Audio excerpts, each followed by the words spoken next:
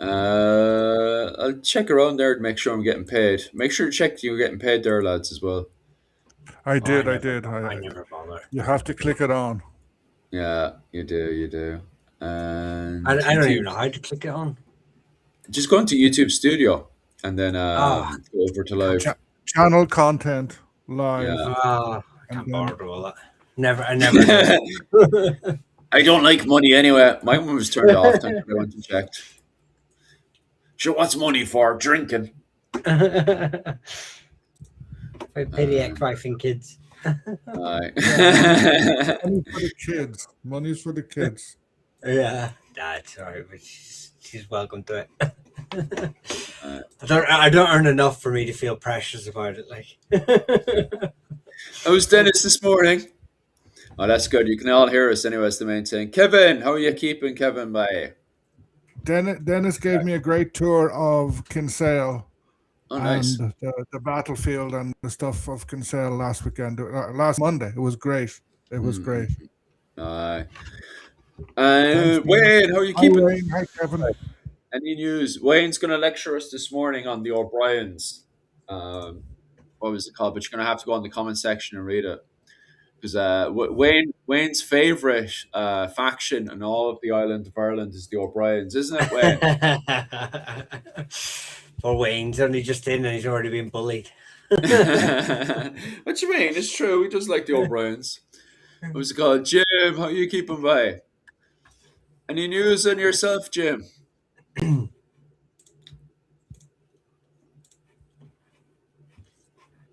I posted up the O'Briens on the title thing, just as a Thanks, starter Dennis. It thing. was great. It was great. I recommend Dennis's tours at Kinsale. Is that good, And is it? especially from his farm, you get a great overview of the town of Kinsale and the very important places in the battle. Oh, It's really? great. Yeah. That's not bad, actually. How much is he charging, is he?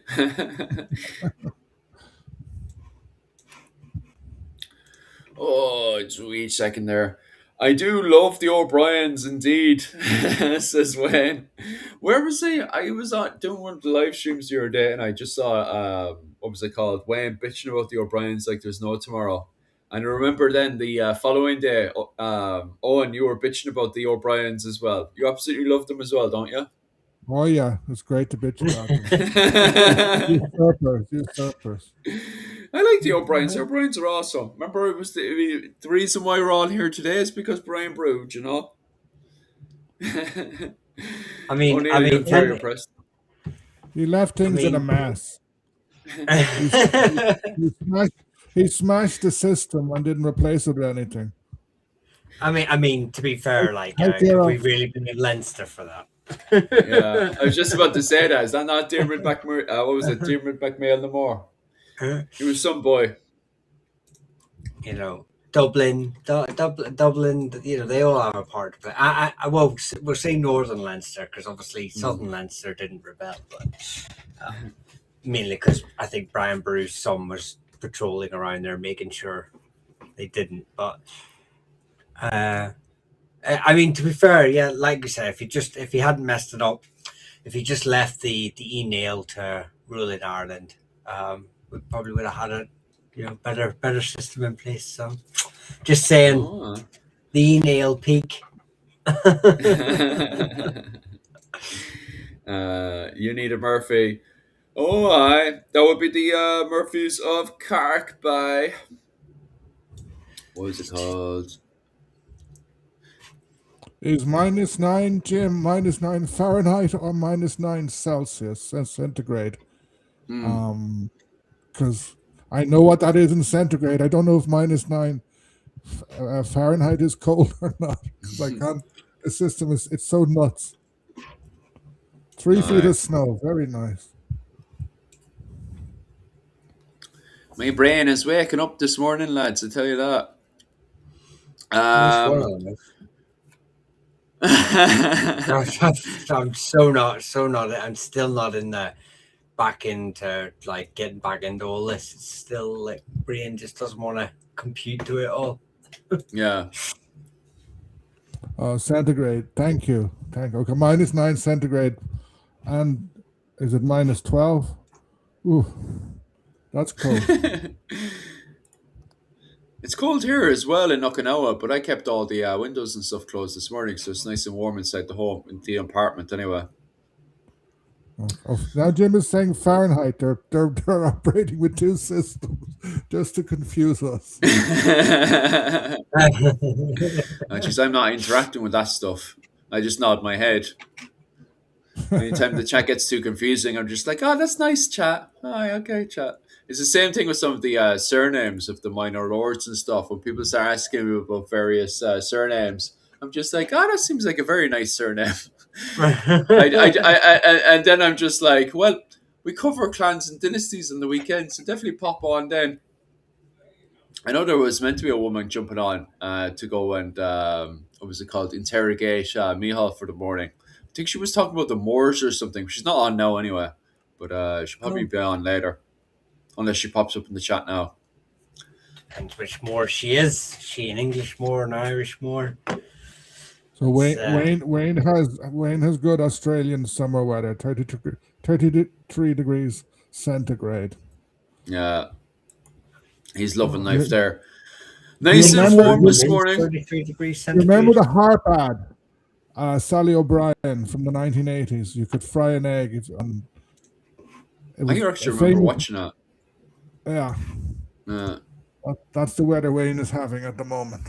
Wayne's loving it, like happy out. Head melting. Ooh. I remember I was like that over the summer, and obviously the wife was telling me, Philip, you need to do A, B, and C. And I was just, what was it called? If you don't, you'll start getting a heat stroke. And I just remember side my face just being like, oh, that's terrible. So hot. It was crazy. Like, bum, Marshmallow. bum. Give me a second. I'll take your time. Because there's a good few branches of the O'Briens. It's not like it was all of the O'Briens that were up in Providence. There was bound to be some O'Briens that stayed Catholic, wasn't there? Though? A few. Some stayed Jacobites, but Yeah. the main ones stayed Protestant and Yeah. very anglicized. The Earls of Thomond and Mm, mm, Yeah, Lord Infrequent. yeah. yeah. I mean, you Yeah. got to remember the O'Briens stretched all the way. I mean, they had a small branch. Whether these actually had kin or not, I don't know. But you had branches up in Tullyhock, in Tyrone. You had branches settling in the Isle of Man. You had branches settling all the way in Wexford. So not all of these were centralized and held over by a specific lordship. They would have held Mm. different like religious beliefs and political beliefs, and it's the same with the butlers. Very famously, we attribute the butlers, often we encompass them all as like, and the butlers did this because it would lent more towards English crime, but very famously there are cadet branches of the butlers that often defied the political line or religious line of the main branch. Mm, mm, mm. So yeah, Yeah, it's very easy to encompass them all. in You're the saying? 9 Years' War, Lord Mountgarrett, Mm. and then Lord Kerr and his brother, and then two of the Earl of Ormond's nephews. They were all Mm. with O'Neill. Ormond even hung one of his own nephews. Jeez. Sort of. Isn't he a nice lad? Yeah, I think I remember that all right. Like, but wasn't that for his own claim to his own kingship or something? Wasn't it? But this was in 1590 something. It was because Yeah. they were rebelling. Those nephews were good friends, I think, with Fiach MacHugh. Yeah. Sort of. And then it starts getting into little feuding, which is complicated. Yeah. It's fun, lads. All for the kingship. Who cares about the rest of the country? As long as you're a king of your little piece of land, huh? Exactly. Well, Exactly. I mean, the Butlers have a really good record keeping when it comes to land tracts and land holdings, and they did a whole they had a whole book on it, which is still you can read it today, and it goes back a couple of centuries at least. So, yeah, so it's really, if you want to see that sort of I'll need to find out what it's called, what they called it. I think it's called like the Ormond land tracts or something. It's Mm, the but anyway, um, yeah, it's a really good. If you read through that, I mean, don't get me wrong, it's heavy reading, mm, but you can get an idea of just how broken down and the political sort of things going on in their heads when they're handing out land, when they're land, when they're etc. So it's it's really interesting. I mean, and you can see how they grant lands to Irish families. mm, And why, and then you sort of look into why they're doing it, and creating frontiers.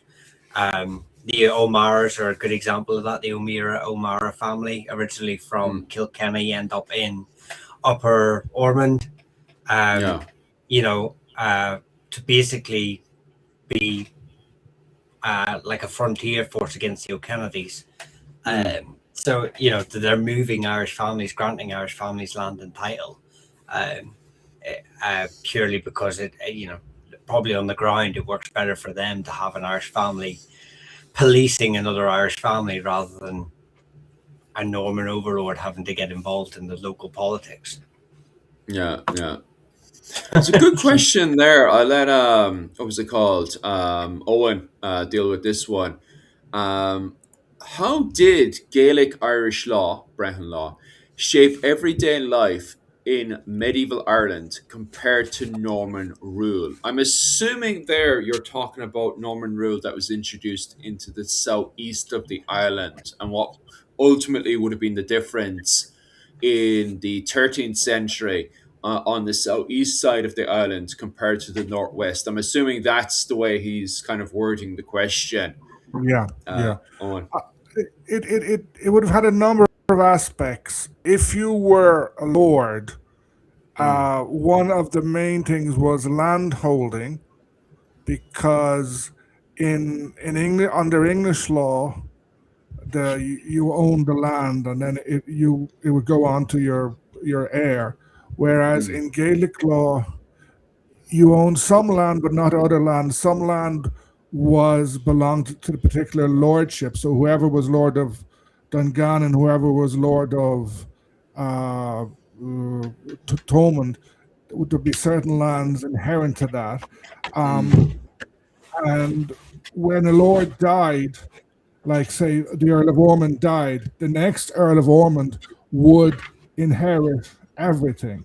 Whereas in Gaelic law, it would sometimes would be broken up, sometimes it'd be redistributed, sometimes the lordship would jump completely. Like Shane O'Neill, when he died, the lordship went to Turlough who was from the west of Tyrone. Um, a second, the second thing was that whereas in under English law, who inherited a title was the eldest son or the eldest surviving son. In Gaelic law, no, there was the Derbfin, a large group of men who legally were entitled to become the next lord, and there was a lot of hassle, a lot of toing and froing about that. And if you were a more ordinary person, I think the way it most directly affected you was the law. The amount mm, of the amount of crimes under English law that were punishable with death was very, very high. Whereas mm, Breton law, although murders, etc., would often be hung by a lord, often informally. Brehon law was more had a more what's the best word? Restorative view. So if you stole someone's cows, you had to pay a fine, stuff like that, as opposed to being hung. So you could say that there was a more gentle. I don't know if that's the best word. Uh, there was a legal system. You were subject to a legal system that was um, inherent to that had grown up in the society and was used to it. And like final thing, sort of there was a prejudice in a lot of Norman/English law mm, against Gaelic, culture against Gaelic Ireland, um, this prejudice didn't happen with Gaelic law. Mm. Yeah, it's quite interesting, all right, before 1366, the way that there's a whole load of mixing going from the get go between the southern eastern areas. But I definitely would agree with you there. From all the research and reading I've done so far, when it comes down to the inheritance of land and stuff, they seem to keep to more of the old French English law, it, and not keep to the Brehon law and stuff. Brain loss seems to affect the southeastern areas of more of the lower classes, though, and lower disputes and stuff. But it seems to me that when it comes down to noble level in Ireland in the 13th century, they seem to keep to the English laws, and then for the Yeah, lower disputes, they seem to bring in the I, Brehons and I stuff. would say it varied a lot over time. So Yeah, you have the initial entrance of the Normans, the Cambro Normans, whatever you want to call them, their initial yeah, entrance into Ireland, mm, and like it's boom, suddenly they capture Dublin, they spread into Meath, what's Kildare now, into Ulster, into Munster. You have this sudden thing, and out of that emerges Ormond, Kildare, the Archbishop of Ulster, etc., and mm, then the Anglo-Norman towns. But with the Gaelic resurgence after the Black Death, that kind of retreats a lot. mm, Um, and then, like, you would have only had a certain number of English judges. And I yeah, think, sort of, it's if there was a Gaelic judge there and was handy enough, they would use him. mm, mm, Um, mm, and like, mo- the English, the levels of English speaking varied a lot. Like in Wexford, etc., there was a lot of English speaking or Flemish speaking settlers. mm, Um, Maybe in Desmond, there would have been less of those. yeah. Um, Sorry, Jim is asking something, saying in medieval Ireland, they thought they possessed the land and not owned the land. It varied dramatically. Mm, Um, like if you take a big lordship such as McCarthy Moore, Thomond, uh, Tyrconnell, Tyrone, mm, um, where you have sub branches, there would have been an area like around Dungannon, and that land was reserved for whoever held the lordship. yeah. The other septs had their own area, and you could say that individuals in that sept did own land or did come to own it. It changed quite a bit. It's Yeah. very dynamic and very flexible. Could they sell the land? Not theoretically, no, but sometimes they did, especially from the 16th century onwards. Like the last McCarthy Moore, he sold a lot of his land, Hmm. or better, mortgaged it. Like sort of when English currency was becoming more and more important, several lords would mortgage their land, and that happened a lot in the early 17th century as well. So land holding, it's something very flexible, something very tenuous. And if someone said the system was this and give you a nice tidy answer, that's wrong. There's no Mm, tidy answer. It's yeah. always complicated. Yeah, it Yeah. definitely does seem that way. Go on there, Michal. No, I just want to say, just to add another layer to it, that why am I so zoomed in when you put me on Yeah, mic? I was just thinking that. I don't know what the crack I is don't there, even know man. why I'm so dark either. Anyway, no, someone was saying about Brehon law, and Owen had sort of touched on different aspects of like it depends, and it really you think about this as well. Though, if you're an O'Kennedy, you are ruled by the butlers, so Mm, you're operating primarily on a local level, probably under Brehon law. mm, You're following some English laws that the butlers are maybe expecting you to follow, so you're sort of straddling that line. But when then you think to yourself as well that if there's a succession dispute, you may have people who curry up and ask the butlers to support their claim. And this mm, happens all over Ireland with the Norman family or later family, where you curry up to your overlord, the butlers, to support your claim. So therefore, you could be applying an English primogeniture eldest son. You could be the eldest son and going to an English court, basically using the English system to promote your claim against the wishes of your clan, who have maybe used Tanistry or Brehon system to give the title to their preferred candidate. So this just really reflects the flexibility in which lords within the system would straddle both English and Irish laws to basically gain power. They would just use any system to hand. It wasn't about this need to keep this Irish system or this English system or this innate sort of, you know, typical like we need to keep everything Irish. The families and individuals would use whatever systems were available to them, to whatever laws were available to gain the upper hand, and that could be mm. English law or Irish law, and that so it really was. It like Owen has basically said, it depends on the time, depends on the individual, Yeah. and it was never static at Mm. any stage. Yeah. Yeah, I think the nail on the head, like we're talking about the 13th century there, because I think the question fits in more with the 13th century, especially when he was using the term Norman and stuff. Because it's very funny during the 10th century, well, the 9th and 10th century, when you have people fighting for the law of St. Patrick and the law of St. Columba, where they're trying to, in one half, fight for centralization of the island. Law of St. Patrick specifically is used to centralize the monastic settlements, and then you have this Law of St. Columba, which is there to keep to the old decentralized ways.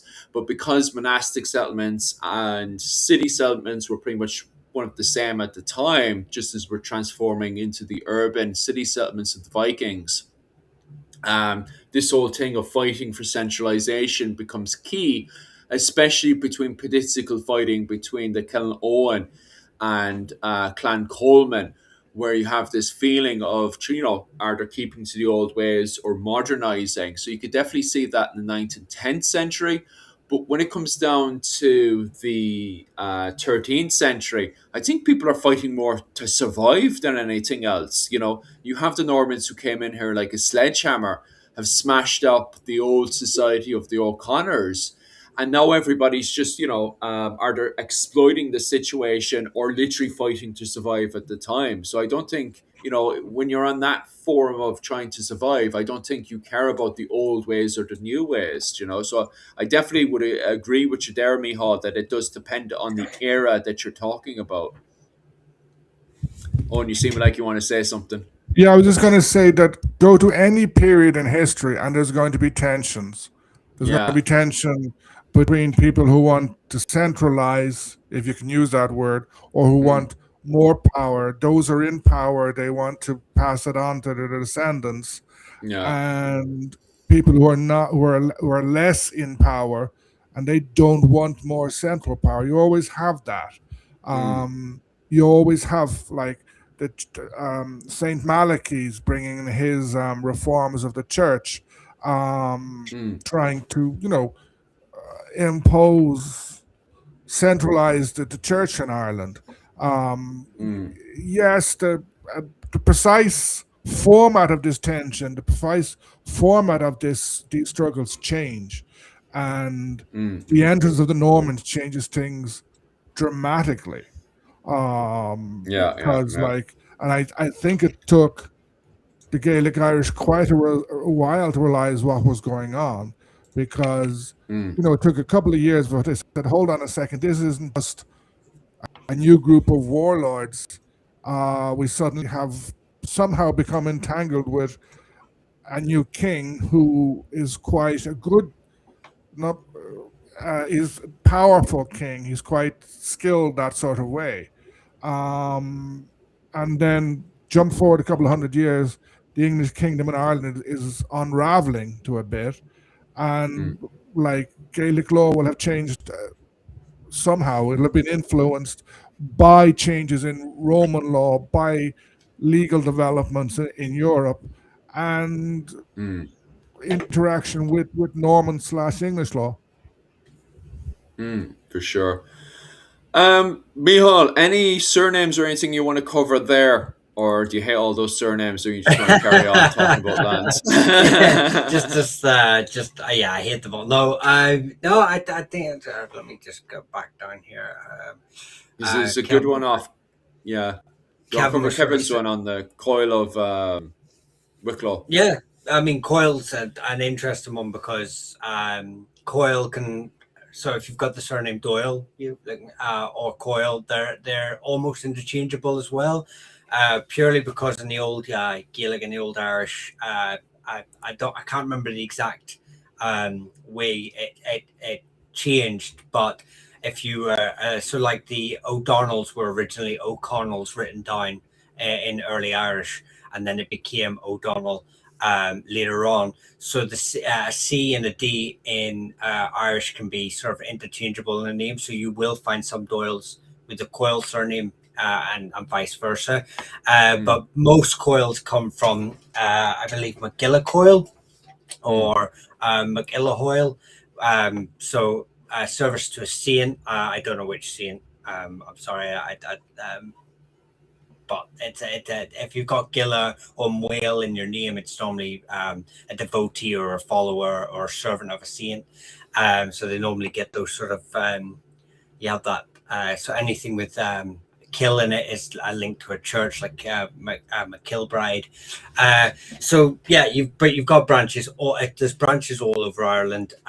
There's branches in primarily Coils found around Roscommon and Ulster, but mm, I'm pretty sure there's branches in Leinster too, especially like I said with the Doyle link there as well.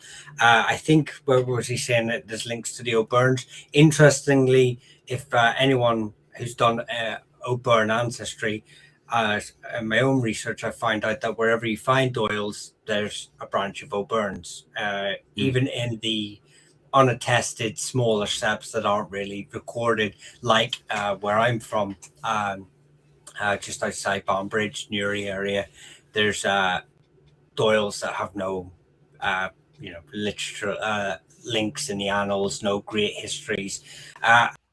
And the same again with the O'Byrnes in that area, we're very closely related. So yeah, it could be that the Leinster branch has the same sort of link that I find there. But yeah, Monaghan, Roscommon, Tyrone, McGillahoyle, Coyle, McGillahone, Doyle, they're all sort of interchangeable. So you find it all over Ireland just because of how many variations it comes from. yeah, So yeah, seems fair. What else do I need to blastering? Do. Any other questions or anything that you guys want to cover there? Someone was asking about McHenry and McCall. yeah, McCall's you get McCall, McCullough, um, Cathmall. They're all sort of interchangeable again. It comes from multiple eponyms, so multiple origins. McCall with a CAL. It's also a Scottish branch of the family as well. So you find that main branches of McCalls tend to come from Tyrone. I believe they claim a Kennelowen sort of link to their line, but obviously you have the McCall with an A as well, that sort of settled in the area during the plantations. So around Clogher, Tyrone. So finding out which branch you would descend from would be, I think genetics might help. But even then, there's plenty of pitfalls with genetic testing. But most McCalls come from McCalla, which is the original name. And yeah, they found Tyrone's the kind of heartland of that surname. Again, branches all over Ireland. McHenry is well in Scottish in Scotland, I believe it's McHenry is the or Hendry is the or Henderson. It's sort of where you would get the you can have that variation from Scotland. In Irish, it's originally McArmory, Yeah. um, um, and again, you get all these sort of variations of it. Again, it's found in Tyrone and Armagh are the main sort of areas, but it's also a Gaelicization of Fitzhenry. So Mm. you'll have Norman families who have Gaelicized their name, originally being Fitzhenry, and then they become Monkhenry. They, I believe, are found around Galway, and some secondary sources have claimed that they are part of the Burkes. Whether that's true or not, or whether it's just an attempt to attach themselves to a bigger king group or a more dominant king group in an area, um, it's hard to say. And then it's found in Armagh, Monaghan as well, which is they're uh, said to be part of the older kingdom or king group of Archela. So yeah, you've got two branches in Ulster and one in Galway. Primarily are the bigger branches of the families, and then you've got the Scottish branches coming in too. So in Ulster, so. Oh, Mihal did his homework last night. Anyway, that's the main thing. He's spitting out a whole load of information. What we were talking about earlier about land is quite interesting as well, because I noticed when the old French first moved into the southeastern areas of Ireland, straight away they don't really fully bring in the county system, do they? It kind of blurs in. Maybe it's just the fact that the old French, the Normans as we call them today, although they're made up of Frisians and members of the Anjous and Brittany, when they go into the southeastern areas of Ireland, I don't really see them going in there and suddenly bringing in the county system all over the place. I only really see the county system coming into Ireland in the 16th century. It's kind of funny that when the old French go into these areas, they're kind of, having kind of a more of a mixed system rather than straight away, the English system that we know today. And I'm assuming as well in England, they are slowly bringing in a county system, but it's not the county system we know of the 16th century. um, Yeah, that's. I'll let you go Go first. ahead, Neil. Okay, No, I'll let you because go I would. first. Go on, fight each other. Yeah, because in a way, first of all, they've come into new land where there's already Mm, existing kingdoms, to have sub kingdoms, etc. yeah. Uh, that would move like Westminster, the Desmoulin, Yeah. basically the McCarthy's who were in originally around Castle, they get pushed out. Oh, They sorry get about pushed. this, lads. Up the rebels! Oh, 100%. Thank you so much for that donation, lads. That means so much to myself. Um, I'm assuming you're down in the Cork region there. If you have any questions about Cork, definitely ask us there. I'm just seeing which one got the donation there. Oh, yeah, that's Mihal. Mihal, that's a donation for you. Up the Oh, thank you rebels. very much. That Which means rebels? a ton to us. So many of them in Irish history. And it's an O'Brien as well, so we'll have to talk about the O'Briens later for sure. Yeah. Sorry about that, Owen. Work away there. Um, yeah, so you already had these existing things, and Mm, then there are grants given out, like various Fitzgerald, etc. mm, The people who go, the Lacey's, etc. They start being given grants, but mm, before the counties as such, you have baronies, and baronies are still important. mm, Like mm, mm, in South Kerry, where I am, most of Ivra is Ivra barony, but around Kenmare and then is Dunkerrin. mm.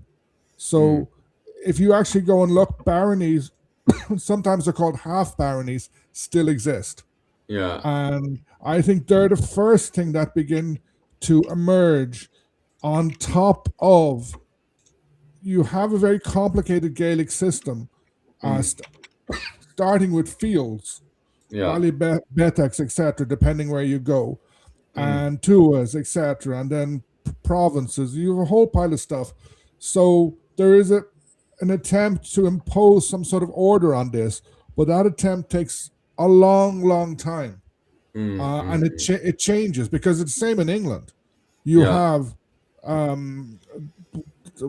they know they use that word the seven kingdoms or whatever was supposed to be of the Saxons before the Norse came in, and Yeah. the emergence of Wessex and things like that. Eventually, England.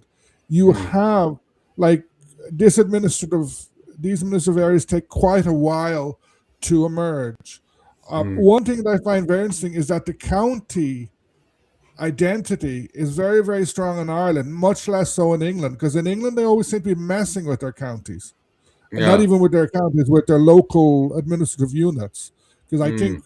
most, like here, the county is the administrative unit, not in England anymore, not for a long, long time. Yeah. Well, It's I interesting will as just. well. Yeah, go on, Uh, Michal.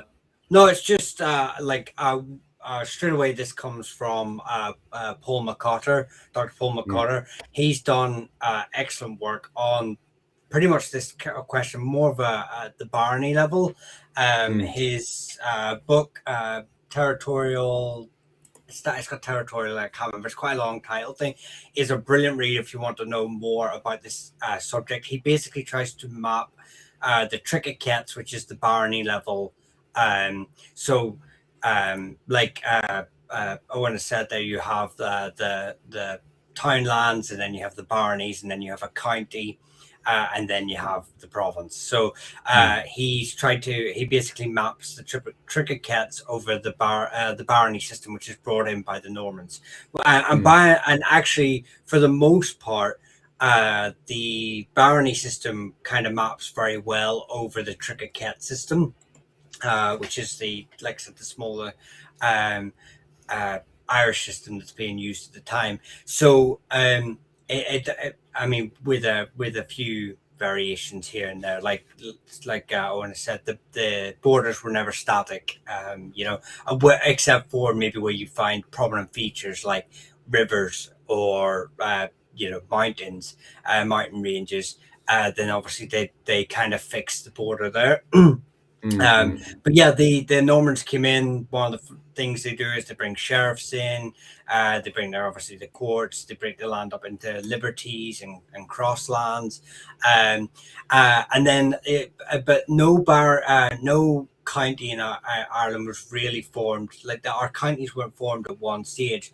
If you look at Monaghan was created as it was just the lands the McMahons owned, and Mm. whenever they sided, I believe they sided with the English, or they were just given their land, and it just formed the modern day county of Monaghan, Mm. and uh, Sir Henry Sidney, I believe, had some like part of creating the counties of Connacht. Um, the Who else? I'm trying to think who else was effectively. Sir John Perrott famously, obviously, shired Ulster. Mm. In 1584, 85, I can't Mm. remember, but around there. These counties are obviously all formed at different stages, and under different reasons. So the Mm. reason that they are formed like this is not just a clear cut England's coming in just to impose a specific thing. Like Owen has said, it's happening over time, gradually, as new things are developing, new events are happening, form these sort of um, uh, uh, shires and these lands, these counties, to sort of work with the politics of the day. Why do we look like 70s serial killers? Because I We need better equipment. That's why. What was it called? Donate, donate. That's why you donate to the channel so we can get better cameras and sound and all that kind of stuff. I was messing around with the bloody phone. This is so funny. You go off and you spend an absolute fortune on mics and what was it called, and cameras and the whole shebang. And what was it called? I was trying out the phone the other day, and the phone came out bloody better, than the this bloody camera and the headset. So it's like, Jesus Christ, why'd you even spend any money when the camera comes out better? You know? So what I'm thinking about doing now, actually, lads, is instead of going off and spending bloody money on a fortune for a shitty camera and a shitty bloody mic set that comes out crap anyway, is what I'll do is I'll get a stand and I'll get what was it called, connection thing, and I'll connect up the phone to the laptop, and I'll just use the phone because the phone. When I was doing the live stream with the phone, the sound was better, and the what was it called? The camera was much better. You know, so I might do that next time. Is connect that up, and what was it called? And do a few other bits and bobs in the background and stuff because. Rachel has all linked up with her phone as well, and she's getting way better views. You know, she's what was it, 40,000 people were watching her yesterday on live stream. So I might do that next time so we don't look like serial killers anymore. Well, I mean, to be fair, like, I blame the ex-wife. She watched a lot of those serial killer programs Here, on it looks Netflix. worse without the background. You're there like, oh, you need to take down the Christmas tree and stuff. It looks way worse in the background there without it. Um, what were you saying there, Michal? No, no, I'm just saying I blame I've been subjected to Netflix documentaries after Netflix documentaries of 70s and 80s serial killers. And maybe it's just Oh, sort of well, there you I've go. adopted, I've adopted the fashion sense without realizing it. So it's just that I think I seen a name earlier. McGonagall. Was it Yeah, McGonagall? I don't want to make sure. Can you find it? I don't want to I don't make know. sure of One it. second. Let's see if I can see it I'm here. not seeing that one. Was it up a bit? Was it? No, it's down near the bottom. I think it was McGonagall. I'm going to talk about McGonagall, and if it's Yeah, not just don't McGonagall, care. You're gonna push it around anyway. yeah, McGonagall's got two sort of known branches. The first one are part of Tyrconnell, and they Hmm. found so that's you're looking at the Donegal region and they are an ecclesiastical families. They are earners, but I Hmm. don't know the church off the top of my head from which they are. So anyone that's not aware, if I have to say this throughout the evening, earners are hereditary landholding families within the church. They are effectively they're part of the early church. They have a say in the church, but they don't take their they have a tonsure, they have their hair shaved, they are involved in the local politics of the church and a saying, and they even provide a lot of the habits for the church, but mostly they don't take their what is it where you adopt the laws of the church and they don't I can't remember what it's Are you called. talking about canon law? Is it? No, that where you become a priest, you take on you have to start abiding by the rules of the church. Anyway, they don't take Oh that. yeah. Hmm. So they even later on they're still able to marry. They're still able to do a lot of these things that you can't do as a priest in the church. Hmm. Anyway, so they're landholding families in the church. So McGonagall's are one of those in Tyrconnell. Another branch is from Scotland. Now, the problem is with this Scottish branch is they actually move into a lot of Donegal was given to Scottish planters during the plantation, so you get a Hmm. lot of overlap, especially in areas like Derry today and stuff like that. So, again, it's DNA is going to be the main thing that sort of separates whether you're spelling is never. So a lot of people would say, "Oh, if I'm a muck or a mac, I must be Irish or Scottish because of the spelling." Spelling is not a clear cut. Spelling, religion of your ancestors is not a clear cut decider of where your family originates from, Hmm. because names aren't standardized till the 19th century, and people change religion all the time. So, Hmm. yeah, just bear that in mind. Yeah. I thought Kevin brought up a really interesting one as well. Any famous extinct surnames? Apparently, the Fitzdermonds went extinct. I always find that one very, very interesting as well. It's kind of out of my field of expertise because a lot of the families that are getting wiped out happens during the 19th century, especially going into the Irish Rebellion of 1798 and the Irish Rebellion of 1803. And then after that, to have the great I don't even know what we're calling it at this stage, where the British go in and they just take all of the food. And when the blight goes in and hits the potatoes, which is pretty much the only thing we have left at that point, you just have a clear wipeout of a large amount of the population. What's also very interesting about that is the ones that do escape and make their way over to Canada and America have certain surnames that do not survive in Ireland at that point. And today you see them popping up in America and Canada. And I remember there was a girl I knew called McCuffrey, and she couldn't find a single other McCuffrey inside of Ireland itself, but could find McCuffreys over in what was it called, America.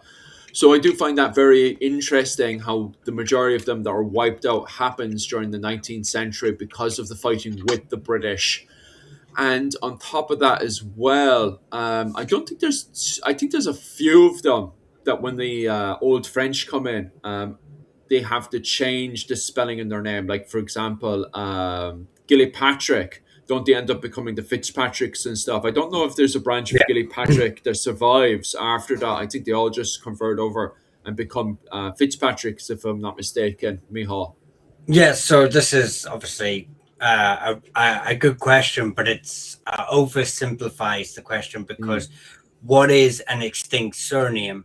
Because technically every Irish surname became extinct because we no longer yeah. spelt them in the Irish format, or they were absorbed into another name, so we Mm, have surnames are absorbed, like the O'Hamilton, who became Hamilton. You don't get yeah. O'Hamilton. A lot of names, basically by the 19th century, you don't have any Irish surnames. We've mostly dropped the O's, we've mostly dropped the mucks. And it was only in the 19th century that during this sort of like nationalistic wave that swept through Europe, and a lot of countries tried to sort of re-grab these links to their ancient heritages and whatnot. That we started to apply O and Mux to our names. We started to regalicize our names, often incorrectly. Mm, Um, but so you would have, the MacAnvard family, who were the Wards, you know, mm, um, maybe families trying to go back to the original spelling of it. yeah. So a lot of names are lost through anglicization. Again, through that process, you have families that are uh, different. So when you any of my videos, if you're sort of saying, they go like, Lynch. So Mm, Lynch is made up of two eponyms. You've got the Oloinzig and the Oiloinzicon. So that's two different names that both became Lynch. So you've lost mm, those two original names. And that doesn't happen just in one place. The McCarthys are the same. There's sort of like five variations of five unrelated branches of McCarthy that come from two to three eponyms. The same with Murphy, mm. from about three eponyms. So you've lost three names and gained one.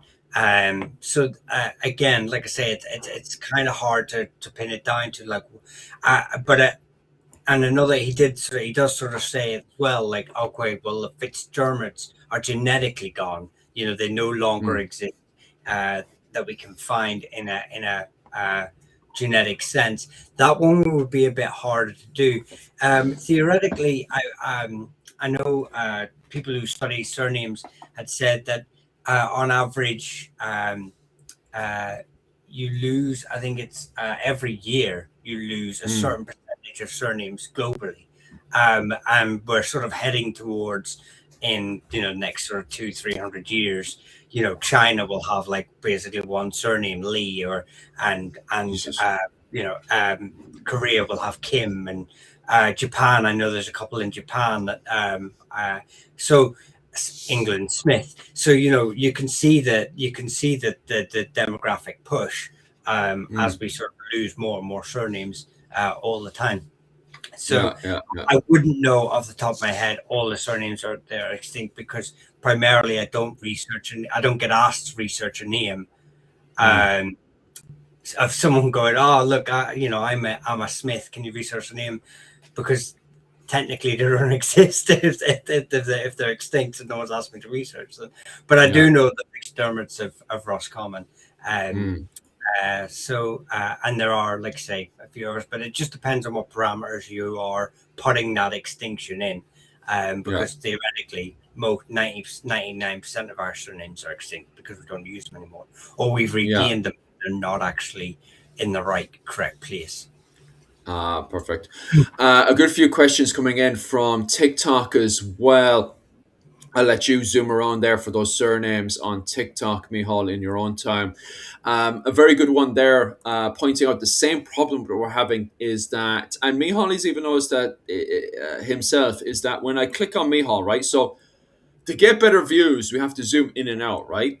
Which makes sense, right? But the problem is when we zoom into poor Mihal there, his head suddenly balloons out and he looks like a serial killer. So both on TikTok and on what was it, Facebook this morning, everybody's complaining about poor and Mihal's taking the blunt of it. Poor Mihal's face looking like a serial killer this morning. But what we'll do is we'll experiment. What I found, right, and this is so strange, and I said it before to the lads and what was it called? Jim O'Neill pointed it out, this morning as well. I did a live stream. What was it? And I did it on the phone.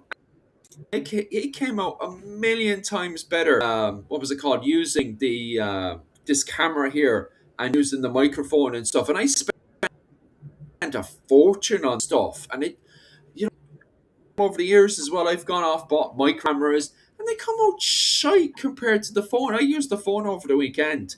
Oh, million times better than this bloody garbage around here. I don't know why I spend money on any of it, to be honest with you. Absolutely annoys the hell out of me. So, yeah, myself and Mihal and what was it called? O'Neill will experiment over the weekend and stuff, and we'll see what comes out the best. What I'll do is I'll just connect the bloody phone up. I think the far better than this googly gaggly shite. All this modern stuff. I think it's a load of crap, to be honest with you. But anyway, I'll head back over to Mihal there. Is there any family in particular you want to have a swing off there, or are you sick of them Yeah, all? I think no. Ashley was asking about the O'Reillys. I do I have a video on a short video on the O'Reillys. I think I do. But basically, O'Reilly really Oh, just one just second there. We have to push you to the side. What was it called? One question there off the O'Briens. Can you explain? I don't know how do you pronounce this one here. And would you consider yourself such? One second there. I thought that was a surname there. no, it's not a surname. It's a what would you call it? I need to scroll up and get it. Let me Oh, the scroll up. traditional story Irish tellers from the 19th century. Yes, Doesn't that yes. just pop up in the Bir- 19th century, though? I Birdie, don't know. Yeah. Birdie obviously is, and Kevin Flanagan have sort of used this title before. Mm. Uh, do I consider myself? Is that for me? Yeah, Um, that's you. That's your donation.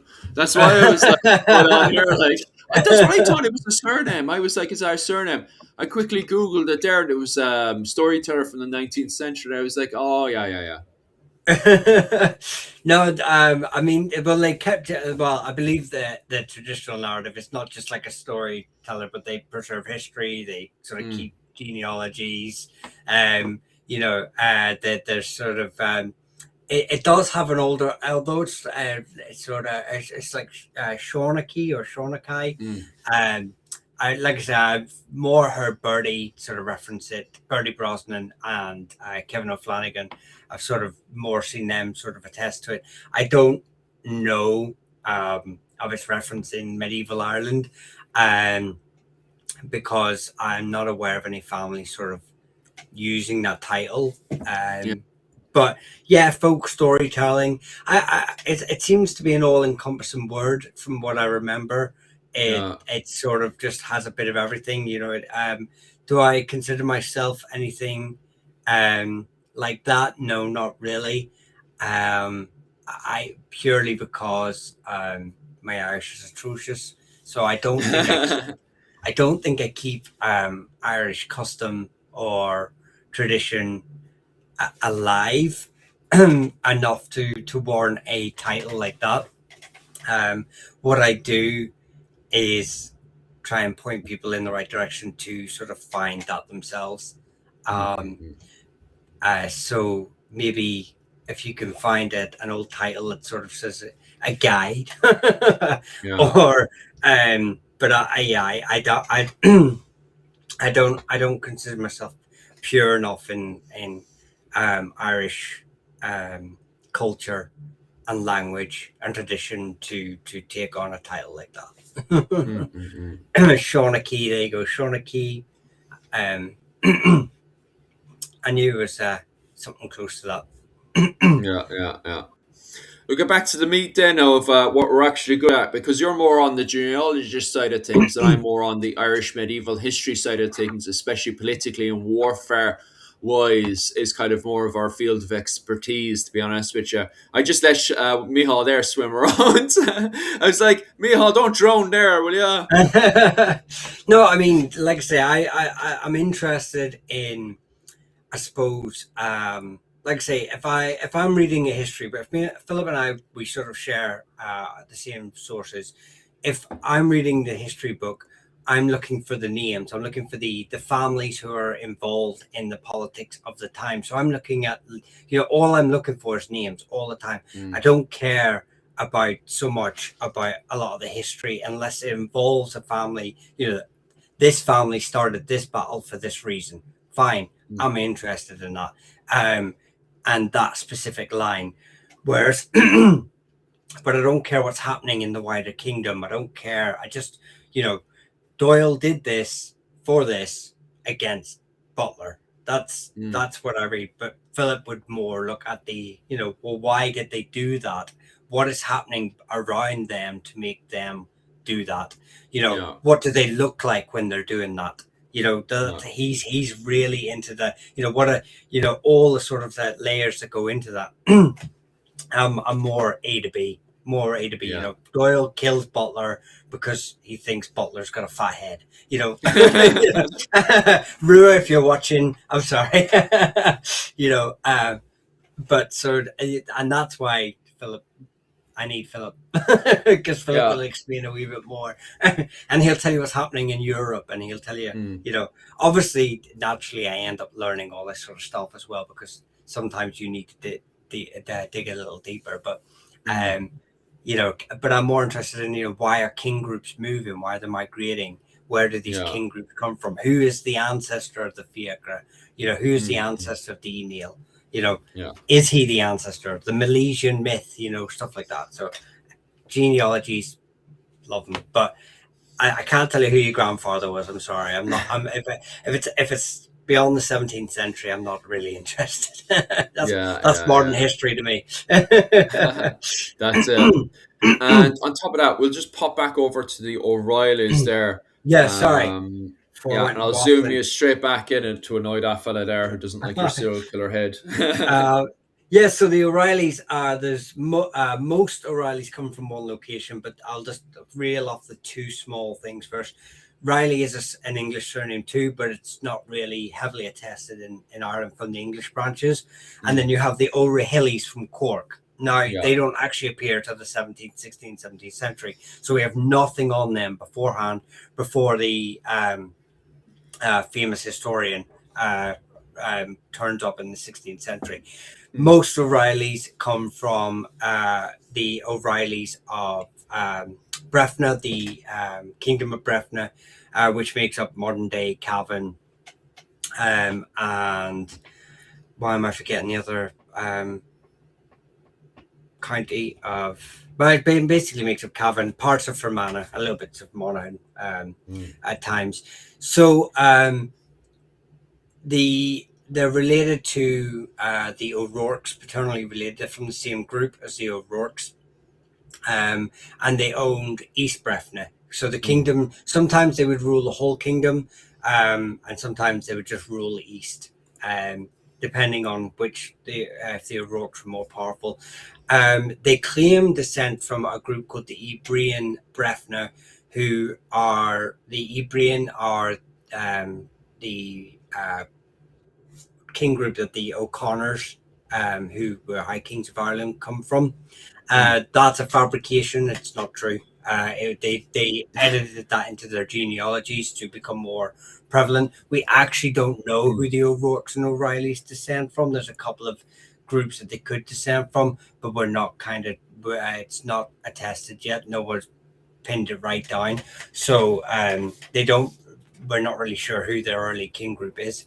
Jesus Christ, that's wild. But yeah, but yeah, Given that they're so important, like for the Breffni, like between the Enel Confederation and Connacht, so like they're the buffer between two massive factions. You think you'd know who their what was it called, foundations were? Do you know? they So just that's edited their wild. genealogy so good, Yeah. and also because technically they appear sort of late, in terms of that they appear when they do appear when families are starting to appear on record. The first thing they do is claim to be part of the Ibreen, Yeah. and also, but if you actually look where they are stationed, they are at the crossroads of the Enil to the north, the Eviagra to the west. They've got the Ibreen to the south and west. They've got, they're completely surrounded by all these major king groups in the area. That it really is hard to distinguish where they're from. We think they pushed in from Leitrim, so they're probably from a king group around Leitrim. Most migration points point to the O'Rourke's, who are the head of the family, the senior group, pushing in from Leitrim. So more likely they're from a Leitrim king group. Yeah. 1 second, I'm full of burps right now, but 1 second, let me clear my throat. But it is what was it called? Ashling asking about the O'Reillys as well, saying that she was told that her family were warriors, a lot more than just warriors. To be honest with you, like the O'Reillys are very, very important. They're literally a buffer. Not just during the early medieval period between the Enel Confederation and Connacht, but later on again between the O'Neills and the Bergs. When the Bergs take over the administration around the Connacht area and stuff, they continue to become that major buffer. So they're one of the major important king groups, clans in that region. So I would say the O'Reillys are definitely very, very important group for sure. Dr. Owen O'Neill, what was it called? Do you have anything else to add into that conversation of why Breffni is so important, why the O'Reillys are so important? And do you have any idea about the foundations of the O'Reillys? I'm not sure the foundations, but Breffni was a march area. It is like below it is the Pale, Yeah, the English part of Ireland, the English kingdom, and above it is Ulster. yeah, So it's a border region heading into Ulster. So for that reason, it's very, very important. yeah. March areas are always important because these areas of transition, um, so that you have, like, I think that the O'Reillys, I could be wrong, but I think they developed markets, and then I think Cavan could have been developed by them quite early. Um, so they were this sort of they had contact with English, Old English, whatever, but they also remain Gaelic. So that's why they were important. Any surname there or anything you want to grab there, Mihal? Yeah, someone was saying that Coughlin appears to have been. Hang on, what's he saying? Coughlin appears to have been one of the most numerous Irish surnames. Again, it's one of those names that, just due to multiple eponyms, they come together and sort of form the name Coughlin, the anglicization of Coughlin. So you have, I think, the McCoughlins are more associated with Offaly. And the O'Cochlins are where are they from?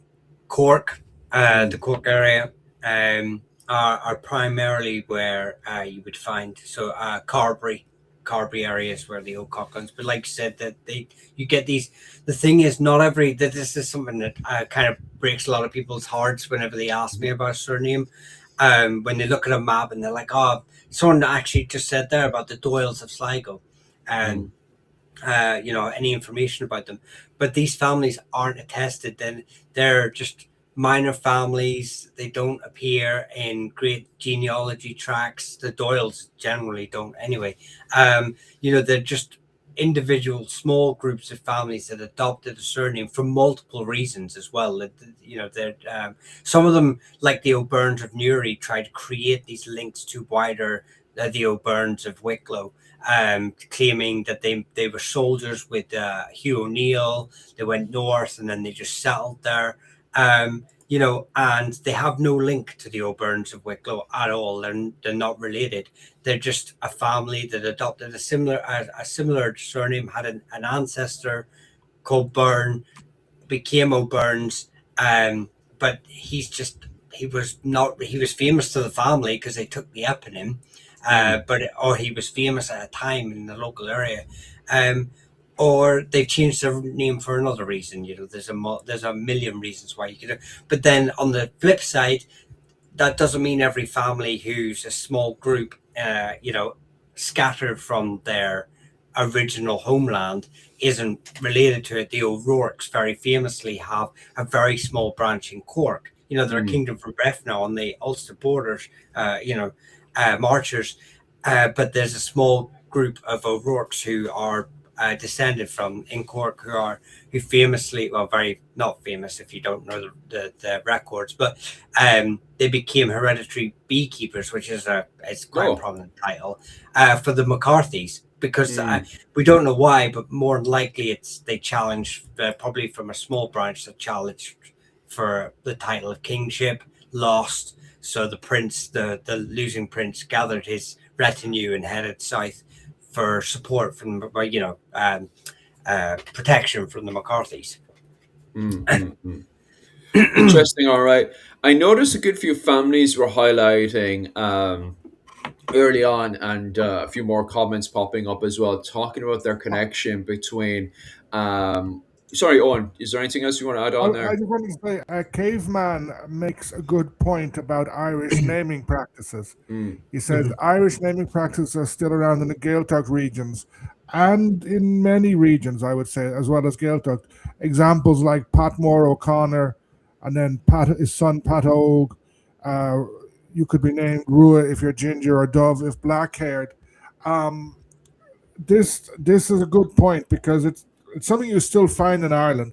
But if you actually look over Irish history, yeah. um, sort of like if you look at a big lordship like the O'Neills, Mm, one of the branches of the O'Neills, they would any Irish family group, clan, set, whatever, they would mm, split over time. So yeah. The Clandy Boys O'Neills is Clan Aid Bui, which is Mm, yellow haired Hugh. mm, So it's a naming practice of first names, but it's also something you find in clan and family group names. mm, And take any group, any clan, and it's going to split. Like in the 1590s, the sons of Shane O'Neill were known as the MacShanes. mm, If the whole Gaelic system hadn't been destroyed, there would be a clan in Tyrone somewhere called the MacShanes, who yeah. are O'Neills, but they call themselves MacShanes. Mm, mm, And like you like O'Cahan are supposed they came from Kenalowan. So the amount of in the north of Ireland, the amount of families that are Kenalowan, Kennel in Munster, the amount of families who um, came from Cashel, from the McCarthy's, is huge, and it's this naming practice that Caveman is pointing to is very important. mm. A lot of people demanding to cover the McGraths. What was it called? Because I know the McGraths originally come over from Scotland, if I'm not mistaken, isn't it? They move Have you got over this? during the 16th, 17th century. Have you Sorry, got the there. Yeah. spelling of it? Like We're looking at the, what like was it, McGrath spelling of McGrath. McGrath. Yeah. McGrath, sorry, that's it. McGrath. No, so McGrath again, it's a name that has multiple sort of origin points. It's not just one family coming across with a plantation. It's Mm, not, um, that they're another family that are, so you can find it in early sources in Irish sources as it was spelled MEIC and then RAITH. So, um, you know, I can't remember the eponym of McGrath, but yeah, it's another family that's found heavily in Ulster. And both branches could be of. I'm pretty sure the McGraths uh, um, of Ireland, because you get McGratha, McGrath, um, are from Clare, County Clare. mm, So they are a Dalcash family. mm, Um, so you obviously not with it, not typically found within the you wouldn't have to worry about them if you're a Clare family being maybe potentially a planter family or Scottish family, but there are a Ulster branch as well, um, who are from the Donegal sort of Fermanagh area mm, of Ireland. So you have to, if you're from that area, you could possibly be either Scottish or Irish.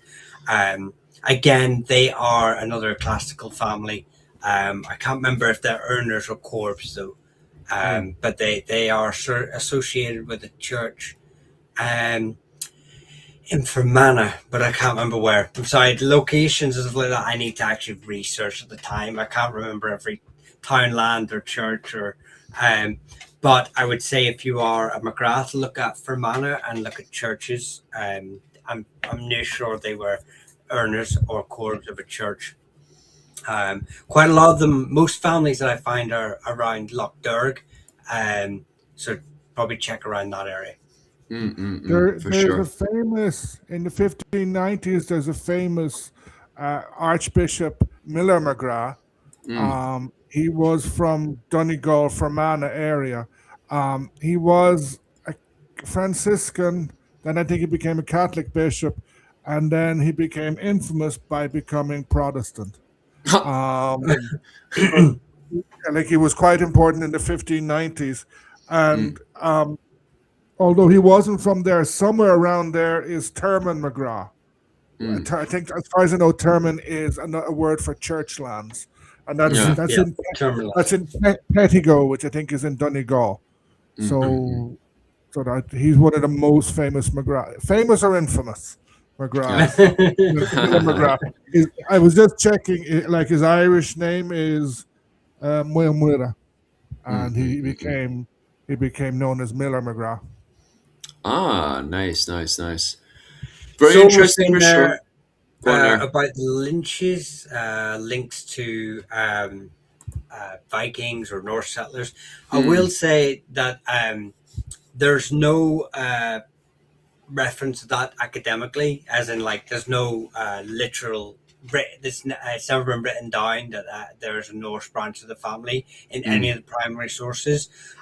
Lynch has um, the branches that are recorded are the O'Loinzig in Antrim and Down, who are part of the Dal Naraja. The Lynches of the Kinaloan in Inishowen and Faha mm. in Donegal.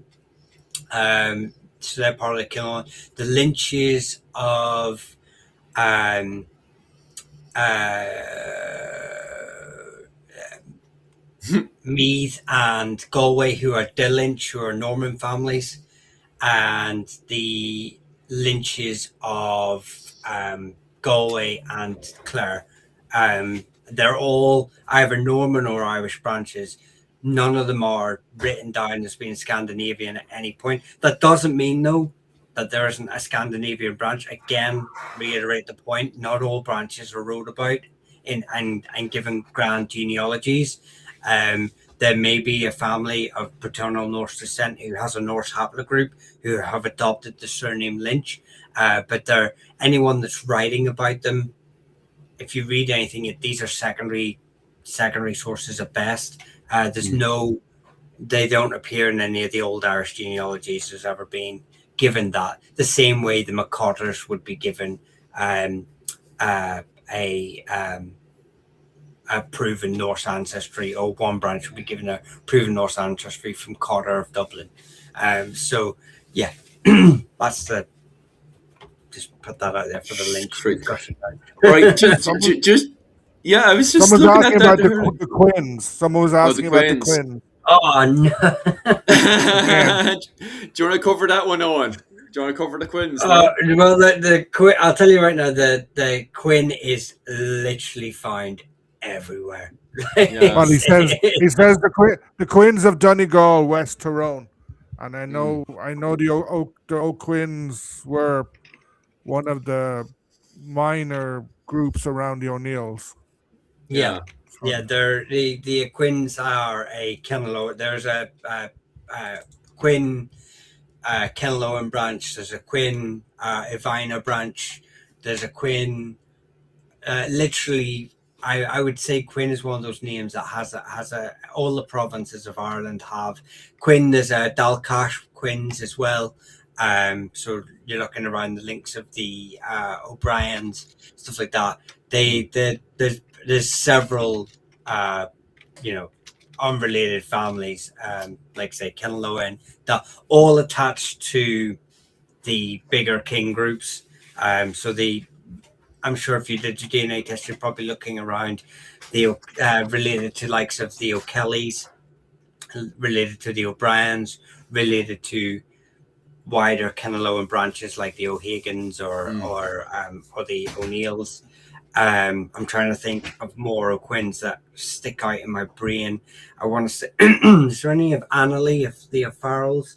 I Mm. can't remember. I'll leave Yeah. you think about that one there because there's actually a question that's bang on Owen O'Neill's field of expertise during the Nine Years' War.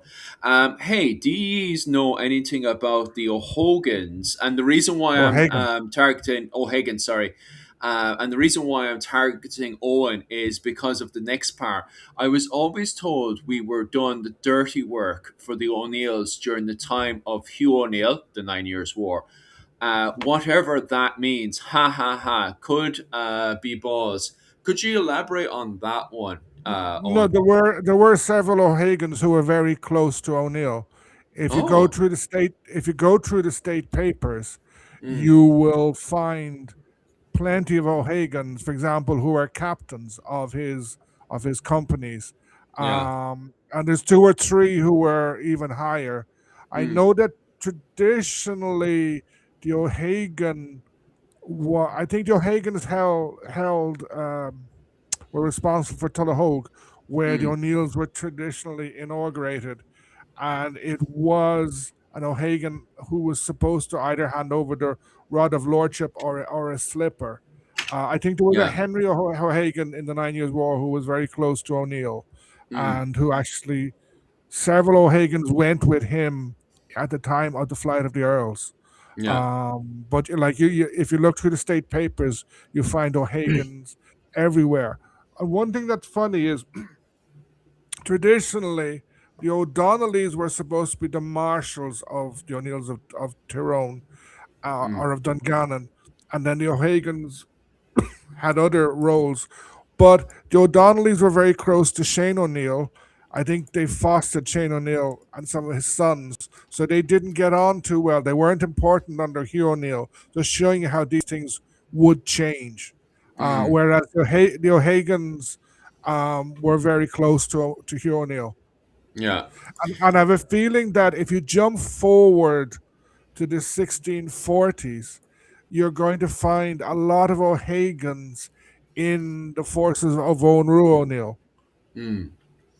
There's a poor woman. I don't want to target. I want to target actually Mihal there because there's a poor woman over in your TikTok there who's been asking for the last hour about the McCavill. I have the spelling here, and I'll just chuck it into chat. Right. She's been asking for the last a good while there, so I'll hand that one over to poor Mihal, who's trying to relax because we've been getting the whip out for the last hour and just whipping Well, him for I'm more various worried. surnames. I'm more worried about my voice going. I probably could do with a cup of tea or something just to loosen the voice box. I feel like What you we'll know. do now is we'll give you this No, one. I'll give you yeah, this just one because that poor woman now has been waiting for ages for you to cover no, that one, no. patiently waiting. So I'll give you this one, and then I'll leave you have a break for an hour and a half or something, Yeah, and I'll have Doctor O'Neill take over yeah, just the whole live stream. yeah. McConville is again. It's found in a load of places. It comes from I don't remember the later like the Irish translation, but it's one of those ones that's got a funny uh, sort of not funny. It's got like a really good eponym to it. Like it's like the Wolf Warrior or something Mm, like that. So yeah, but I mean, from what I remember of the McConvilles, they found primarily South Down and Armagh, mm, part of the Archaeolic Kingdom. Um, then where else do they find? I think that's the only. But Comwell is it's also a variation of Comwell as mm. well.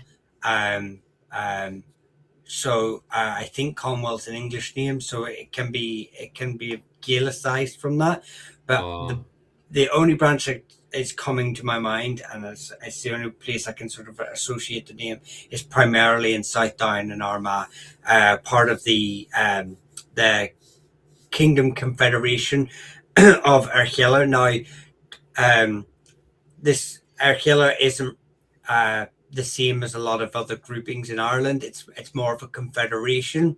If anyone knows Scottish history, think of like Clan Chattan or Clan Cattan, mm, where they're not all from the same ancestor, like the Neil would claim to be mm. descendants of Niall and Nine Hostages. The Archelian Kingdom primarily associates itself with the three colours Oh, mythology. So again, this is simplified history that the later monks and writers have done to sort of simplify genealogy into a mm, neat sort of biblical sort of descendant from Adam kind of straight lines. But as anyone knows who's done any family tree history, it's never that simple. So, but your McConvilles would probably be related to, or you would have a lot of close sort of genetic markers with like the likes of the McMahons mm. of Ulster and stuff. So that's sort of where you're looking. You're looking South Down, Armagh, Louth sort of area of Ireland. Fascinating. All right. And I'll give you a bit of breathing space there. I know there's I know other it's just my people. voice. Yeah. We'll give your voice a bit of a break. I know lots of other people there are waiting for more of their surnames to be covered and stuff. Oh, and you look like you want to jump on there. Yep. Is there any name or anything you want to Caveman, cover? caveman is raising some interesting stuff, Yeah. especially about the name Cucanocht. Yeah. Cu see fada in Irish is hound, Mm, dog. But like Connacht Maguire was used a lot by Maguires, and yeah. in fact, if you go and look, you'll find sometimes it's every two or three generations. Sort of Mm. Hugh Maguire, the famous one who was killed in 1600, his father was Cucanocht, and his younger brother was Cucanocht. Um, Oh. but perhaps the most famous Cucanocht was the younger brother of Hugh Maguire because it was he who organized the flight of the Earls. He Mm, went to to the continent, and he got the ship and brought back the ship that O'Neill and O'Donnell fled on. mm, So he played an interesting role in that. yeah. And then he unfortunately died within a year Mm, because one of the saddest things about the flight of the Earls. It's many sad things, but when they end up in Italy, all the young guys, the young lords, they die very quickly from malaria and stuff like that, and like Cuconut and um, Rory O'Donnell die very very quickly, whereas Hugh O'Neill Mm. survives for another 12 years. Yeah, yeah, yeah. It's So fascinating stuff, all right. Like, yeah, and something I want to bloody correct on this one here is the blasted hurling one. 1 second, somebody said that the Normans had brought hurling into Ireland, and that's a load of crap because you can see that in the Finn cycle. How you have the Fenians, the cattle raiders of Ireland, during the early medieval period, from the I'd say, well, it's definitely documented by the time we get into the ninth century because the Finn cycle is from the ninth century. But it's definitely pushing back at least to the 7th century, way before the coming of the Normans onto the you island of find Ireland it. where people are playing You hurling. find you find stories of hurling in Cuchulainn as well. Yeah. Like so, like I'm sure he had loads of hurling matches in which he ended up killing loads of people because everything he did, he killed people. Yeah. Um, and then there are um, what I was going to say. I'm fairly sure that there is a gravestone. I don't know if it's in Scotland or in Ulster, which has Mm. a Hurley on it. Yeah. You Yeah. know, I've sort seen of. that as well. Yeah, I can't remember offhand, but like, there's as far as I know, there's no record whatsoever Mm. of the Normans playing Hurley. Yeah, that's what I was thinking as well. I've never come across the hurling. What was it called? The Normans playing hurling. Well, the old Yeah, French playing hurling until 1366, where we have what was it? Lionel of Antwerp having his little fit in his documentation about the Normans mixing in with the wild Irish and stuff. So it's not until 1366 that I can see documentation of the old French playing yeah. hurling. It could be that the word Hurley comes from French. I do Yeah, because the it's completely different in Irish. I think it's yeah, yeah, Imoniac, isn't it? yeah. Being in Kerry, we never talk about hurling. They don't do it down here. It's just football. Um, Oh, nasty stuff um, there.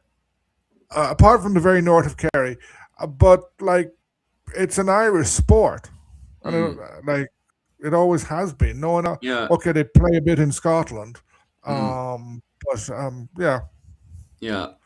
The only closest one that I could see that was brought in by the old French, maybe, and Owen, you're definitely up to correcting me on this one, is probably forms of Irish dancing. That could have been introduced with the old French into yeah, Ireland.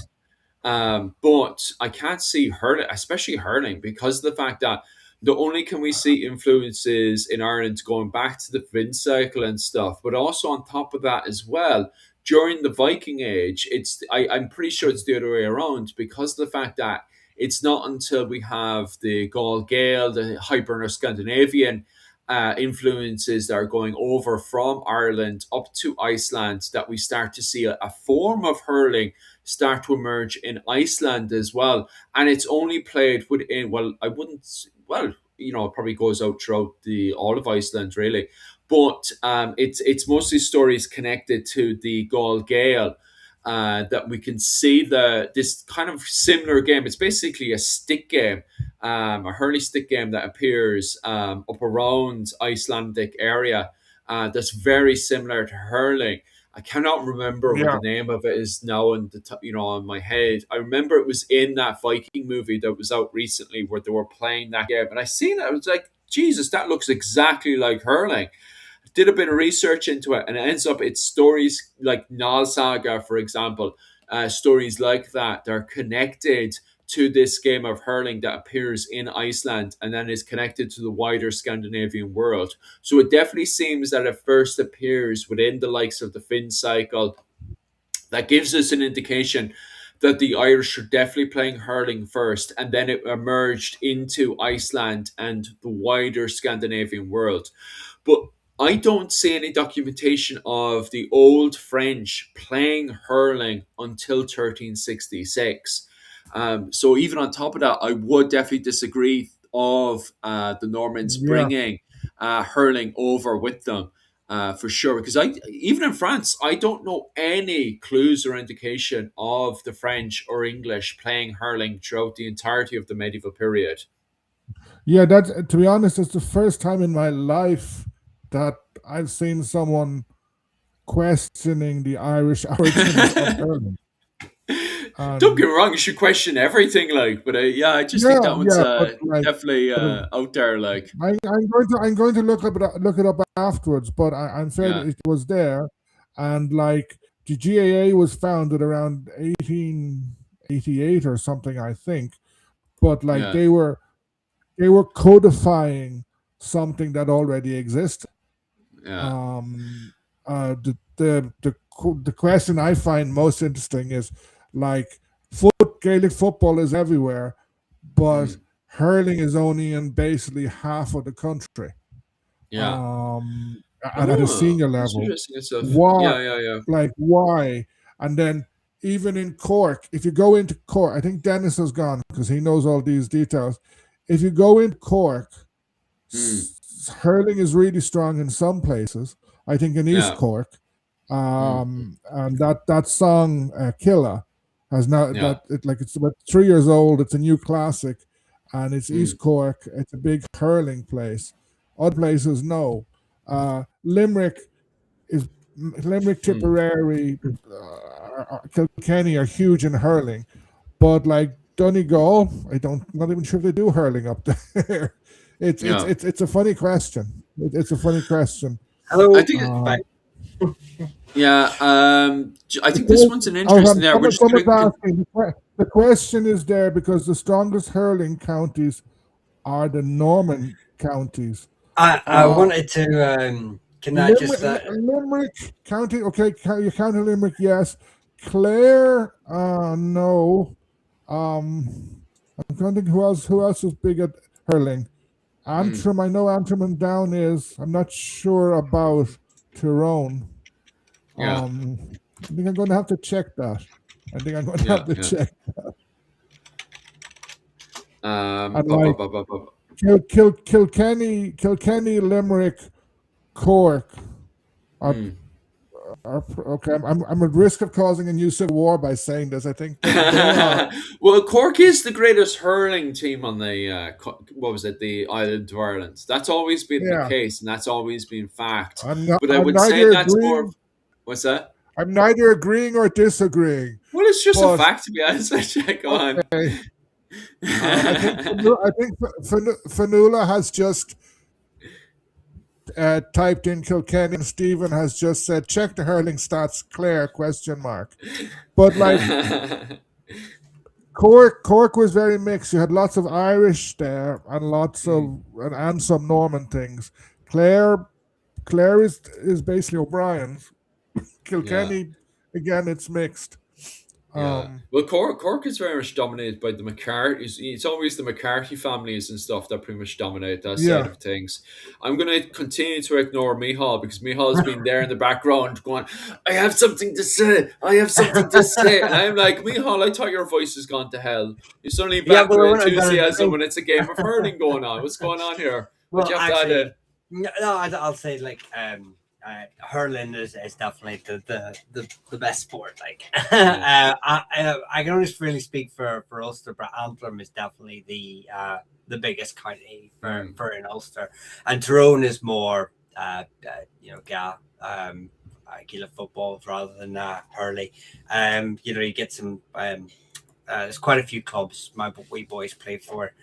Um, Clubs up my way in North Down as well. So, um, it's popular. But I will just say, I heard something mentioned. Like I couldn't answer because I was in the kitchen, but I could hear it.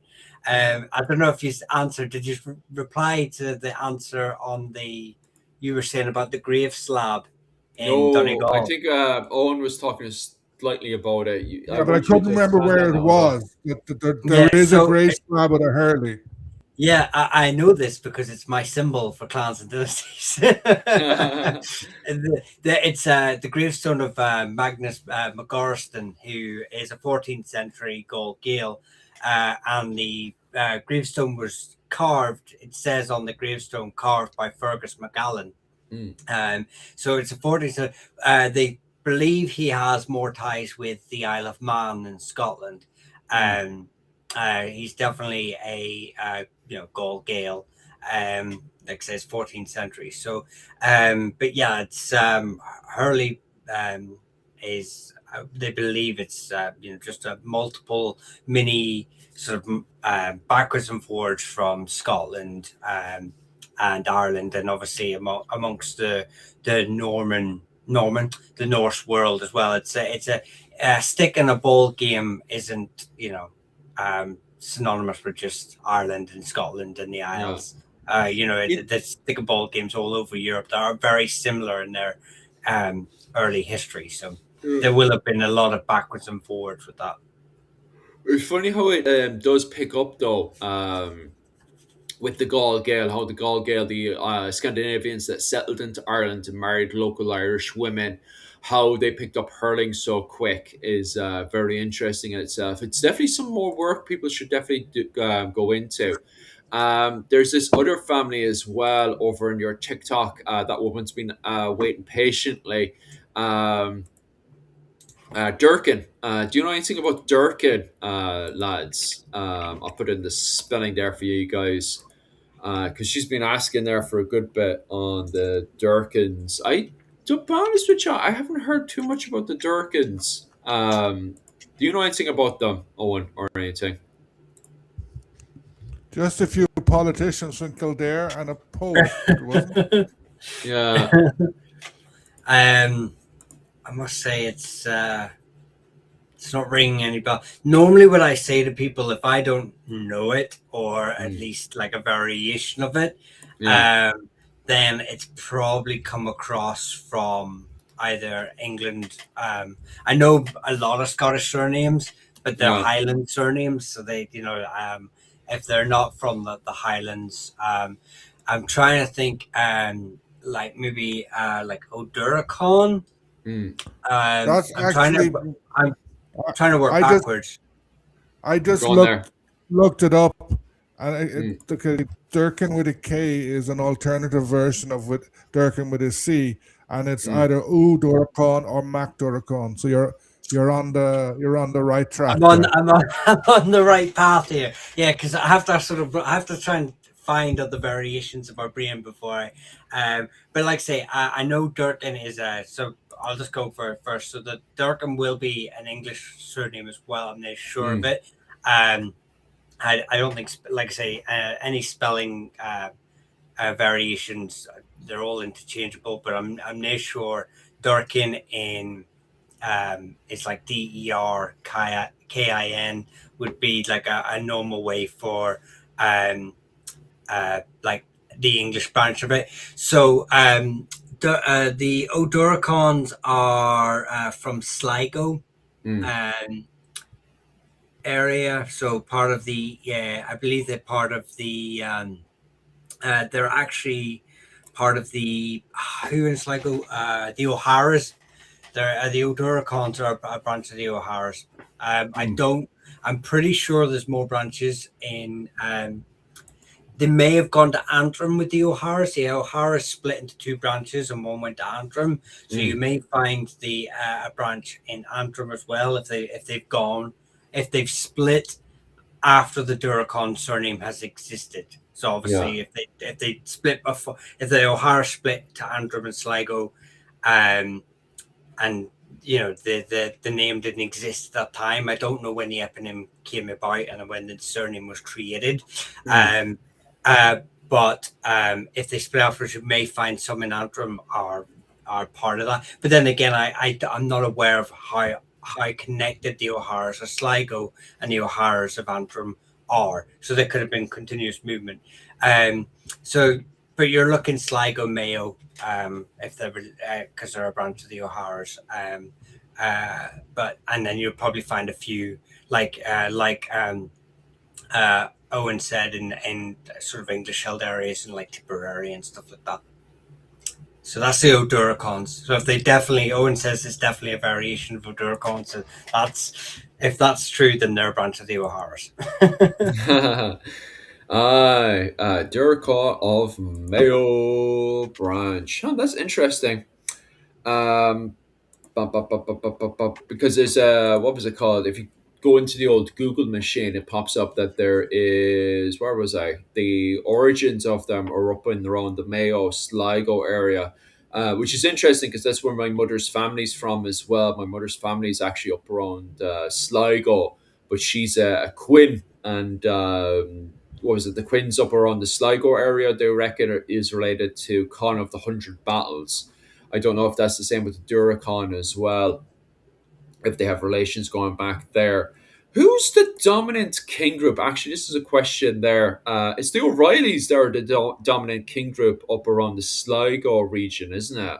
No, Sligo's across. The problem is, right. So Sligo is and always is and Owen's actually said this before on another live as Yeah. well. It's the pathway to Donegal from the south. Mm, So what you have is you yeah. have Sligo is just constantly changing hands between the Ken O'Connell, who Yeah. the O'Donnells, the Fiacra, who are like the likes of like the O'Dowds, and then you got the Lunia, the Leany, who are like the O'Haras in there. You got the Ibreen, who are just down to the south of them. So Mm, you Sligo is continuously in its history contested. And then the uh, Fitzgeralds end up owning land in Sligo too. So far removed from their lands um, Kildare and Munster, they own land there around the 14th century. So because the Battle of Ballyshannon mm, in 1247 is they you know um, they've got lands there at that time. So yeah, it's a hotly contested area mm, throughout its history. So it would be very hard. You would just have to kind of rely on the main families of the area and their genealogies. So like the O'Connor Sligos, their Ibreen, all these sort of families. You'd have to rely on their own personal genealogies, which uh, we all know can be heavily rewritten for propaganda purposes. So, mm.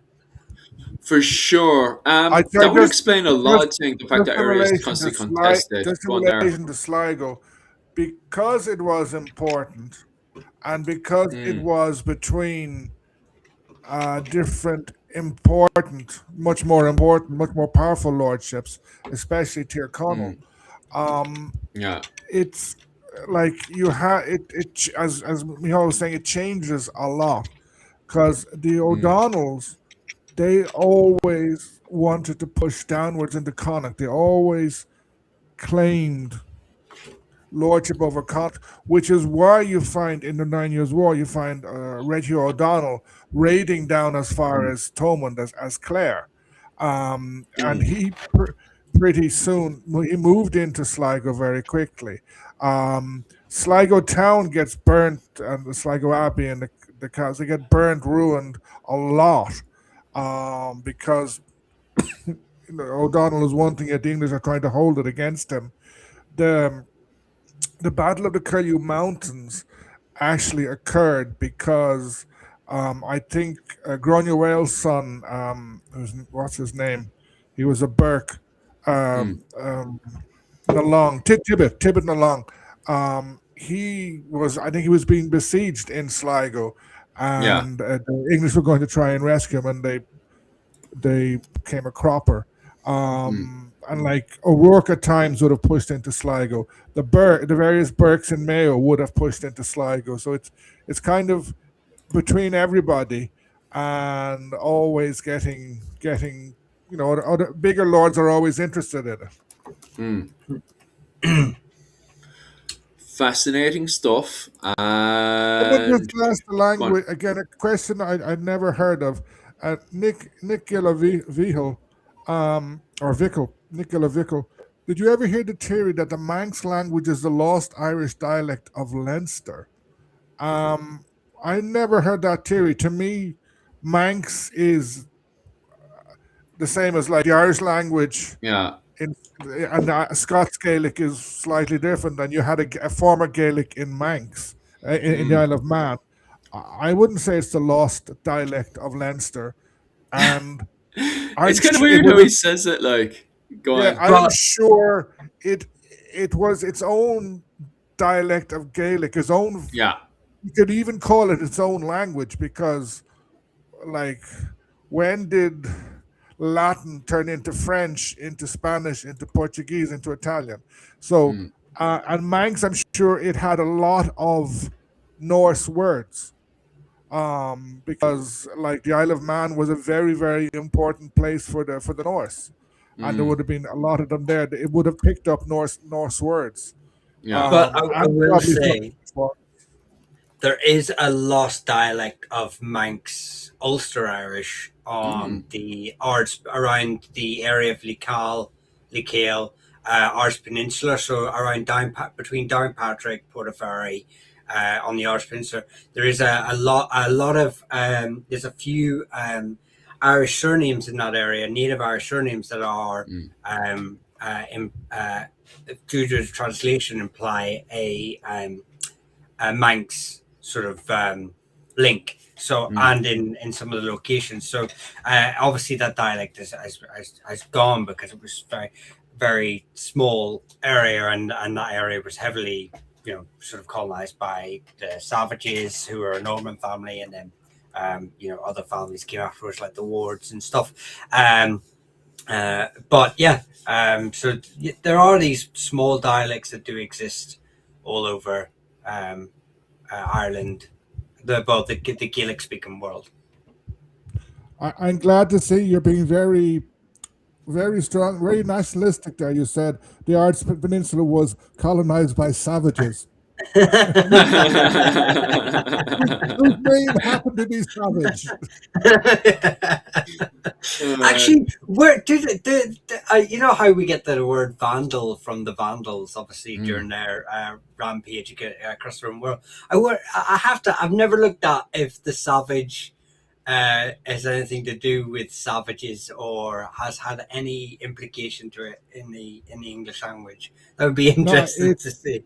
I think it comes from Latin, Oh, because okay. like, when I translate from Portuguese and occasionally from Spanish, and they Mm. have the word selvagem, which is savage Uh, or wild. So I presume the name came first there. So uh, the Latin came first. mm, mm, mm, mm. Noble savages. Well, they Oh, were nobles and they were called savage. So, but a question over from me. Have I missed anything about Dervin McCarver? My dad used to say, if it wasn't for the English, I'd be a princess. Ha ha ha. When it comes down to Dervin, wasn't he the one that was allied to Ivor of Limerick around the 10th century? Was he killed fighting against Brian Bruce's forces? I'm yeah, assuming he was yes, killed going up yeah, against Brian Brew. yeah, killed by Brian Boru before. Obviously, it all kicked off. But then his son, I believe, ends up fighting at the Battle of Clontarf for Brian. Oh, yeah, yeah, which makes sense because of the fact that they were subjugated at that point. Hmm. That whole bloody thing was a massive, like, because it's very funny today because we look back today and we see, Vikings versus Irish. And in fact, as the comment section has pointed out there, that's not the case at all. That we should really look at it more as clan fighting more than anything else because this kicks off because of a blood feud between Brian Brew and Ivor of Limerick, and then there's blood feuds kicking off left, right, and centre around the Clare Limerick area. Oh, and Tipperary as well with Cashel, which is very interesting in itself because of the fact that we, most of the time kind of zoom out and look at it from a perspective of Irish versus Viking rather than kind of zooming into it and looking into all of these little to it factions, the clans, as we say on YouTube these days. which makes a far more interesting conversation, especially when we look at it, who has a blood feud against who and why things have ended up the way they are today. Because, as the comment section pointed out, if it wasn't because of these blood feuds around the 10th century that crippled a lot of these Tuits, especially going into the Norman invasion of Ireland, the history of Ireland definitely would have been different for sure, on who would have ended up where for sure. Owen, is there anything else you'd like to add on to that, or you're nice and relaxed? No, that's fine. Someone's just asking about the Lucht Tiha. Mm, Who were the Lucht Tiha and what did they wear? Um, and as far as I know, they were like the specialized, the specialized, not servants. They were sort of lesser families who worked for a more powerful lord. mm. Yeah, I think you could say, for example, we mentioned the O'Hagans and O'Donnellys. They were the Luctaic of the O'Neills, but I don't really understand what did they wear. Like they would have worn Maybe the it's in same clothes as reference. everybody else. It It depends could be what. in reference Yeah. because a lot of family, like a lot of, you're seeing a lot of secondary sources and a lot of online media about families only being allowed to, certain ranks of family only being able to wear certain colors. Well, that's in And the Fergus Kelly's early mm, Irish law. But yeah. the thing is about what clothing people are wearing and stuff. It depends what era you're talking about, because Fergus Kelly's early Irish law is only talking about the eras between around the 7th century up to around the 12th century. And the problem is, as myself and Rachel from the Creative Contessa have talked about this a few times, is that laws of colors change over time. For example, yellow, saffron yellow, becomes far more important in the 16th century. Like, many people have this idea that the Irish, especially much more of the warrior class of the Irish, are all going around in saffron yellow in the 7th and 8th century, which isn't true. If you're looking at Fergus Kelly's early Irish law, they're looking into the much more noble colors at the time. Like, yellow isn't that important in early Irish, and early medieval Ireland. But yellow under saffron becomes very, very important going into the 16th century. It's the same thing with the. I was being asked this yesterday as well. Off the guys and stuff, they were asking me about the what was it called, loose clothing that you see in the 16th century, and would have that been the case during the early medieval period? No, clothes were much more tighter going into the early medieval period. However, I will say going into the high Middle Ages, we can see clothing get much, much more looser again, and get way looser going into the late medieval period. And then we just get these big, massive wizard sleeves going into the Renaissance, into the 16th century and stuff. So the thing I'd have to add on to that is how, what era you're talking about, because clothing in Ireland changes a lot during those periods and stuff. If you're talking about the early medieval period, you want to look at Fergus Kelly's early Irish law, or you want to look at Fergus Kelly's early Irish farming, where they go through the various colours and stuff there, and gives you a small little idea of what people are wearing. If you're also talking about the early medieval period as well, the Tomba Cooley is very good. Gives us somewhat of a fair idea of what people are wearing. However, a lot of the stuff is still very questionable today, such as leather armor, for example. So far, we have found zero evidence in Ireland for leather armor. I know there's an was it someone who experiments with armor and stuff in France right now during the High Middle Ages, is arguing that people, and he's winning the argument so far, that people did have leather armor in the around the 13th century, and then it kind of what's it called, goes into the full plate armor. However, when it comes down to the argument of the early medieval period and the wearing of leather armor, what was it called?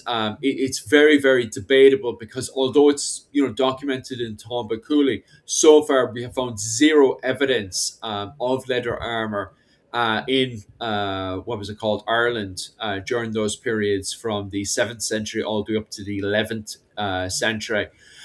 Most likely, and what we can factual prove as being fact, is from Gammonson, which is padded armor. There is padded armor; it's documented, and we do have finds to padded armor in around the whole region of the North Atlantic, including Ireland, of padded armor definitely being worn, and it's so easy to make as well compared to leather armor. Leather armor is very questionable because it's difficult. It's very from the testing what we've done so far on leather armor. It's very uncomfortable to wear, and on top of that as well, so we have no fines, very difficult to produce, and on top of that as well, very uncomfortable. So when you do boil the armor and make it could the chafing it causes is very uncomfortable compared to Gabinson padded armor. Padded armor, so far in the argument, is also very likely because of the fact it is comfortable. We have plenty of source material on it, and we have actual finds around it as well. So although people in the comment section there is arguing and debating if they didn't or didn't have leather armor, it's trying to find the facts to it. So it is in the Tomba Cooley. So you should definitely read the Tomba Cooley, but just keep in mind the facts that I put there in front of you. If, if, Finally, if I if I could just add something there, yeah, go on there on. okay, when you're talking about Fergus Kelly, just because a law says something, Yeah, it doesn't mean that this was obeyed. Like yeah, the famous statutes of Kilkenny said English people can't speak Irish. They yeah, did. So my feeling is about like this thing about colors. In a way, they're copying the Romans because in the Romans only the emperor could wear purple, and there were other things as well. It would have been something indicative.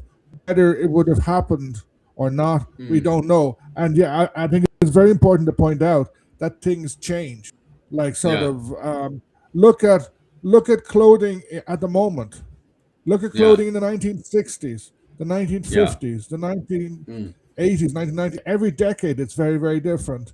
And then mm, just the final point, Stephen says, I thought the saffron yellow kilt was a revivalist thing for the 19th century. It was, and yeah, it's still going. I think in the Irish Army, they use it for pipers, and then yeah, I've And the seen. British Army as well, for the Irish regiments as well, use yeah, it as Okay, and then number I've two dress. seen in the past um, uh, Irish dancing before it became all fashionable. Sometimes a boy would wear kind of the Yeah, saffron kilt. I wore a saffron kilt when I did Irish dance as a child. Yes. mm, I will just say, because we were talking just there a minute ago about Donovan McCahill. mm, Someone stated there, Sheepdog was like, my surname is Cahill, one of the oldest in Ireland, I think. No, I mean, there's five known Cahill branches, McCahill or Cahill mm, or Cahill, or its variations.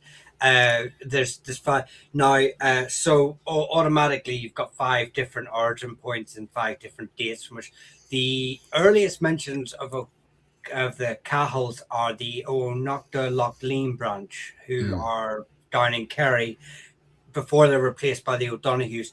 It's in the 1030s, I think, the name starts to appear as a. But even then, I'm not sure it's a hereditary surname. It could just mm, be being used as a patronym. So you're looking. The earliest will be the 1030s for the surname even being written down, which is already 80 years plus.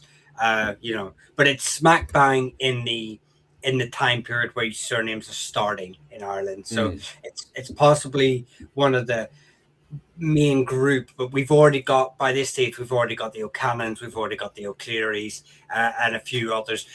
You find actually that most prominent families adopt surnames later than smaller families because they don't need, the O'Briens don't start adopting the surname till his grandson or great grandson, because everyone knows who they already are, so they don't mm, need these surnames to attach any prestige to themselves. They're already, everyone knows who Donnchadh, is, and he doesn't need these sort of like extra frivolities to emphasize his lineage. But the next one, the only other name I know of Cahill being mentioned is in the 13th century, is the Kennel A Mm. of Galway. Yeah. So the only time they mention a separate branch. So yeah, but it's found in Galway. I think there's 2 or 3 branches in Galway: Tipperary, County Clare, Kerry, and Roscommon. So there's 5 branches, unrelated, all from different Mm. king groups. But so yeah, not the oldest, but certainly happening around this the start of the rest of Ireland starting to adopt surnames. Yeah. Just one more question before we finish up now, because it's going on to what was it called? You guys be looking to go to bed and stuff. This one is interesting, right? And I want to take it from the perspective of the 13th century, right? Was Connacht a kingdom of its own? And I find this one very funny just because of the way that the king group system works in Ireland, and where it kind of blurs the lines of what is a border and what's not a border. And we were even talking a little bit about this early on, where the old French families come into Ireland and they bring in the county system, but the county system doesn't really come in until around the 16th century and stuff.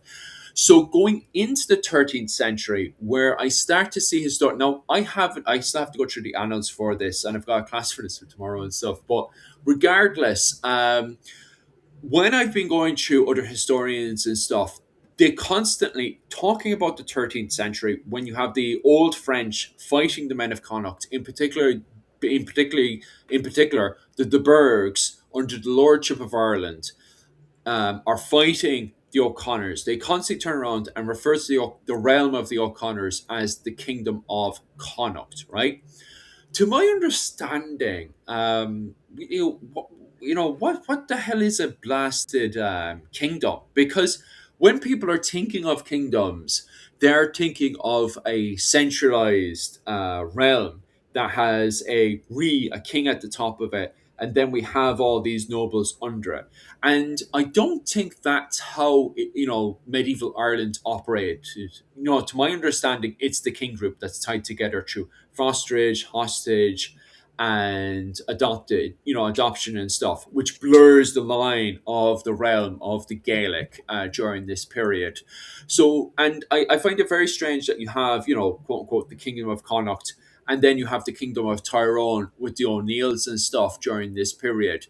When, from my perspective, those borders and lines which would be, very, very blurred. So the question I do find very interesting, and I don't mind if you want to cover it there on, or if Mihal wants to expand on it. But was the Connacht of Kingdom its own thing in Ireland? I do find that interesting. On, do you want to I, expand on I that would one? kind of say yes and Mm, no.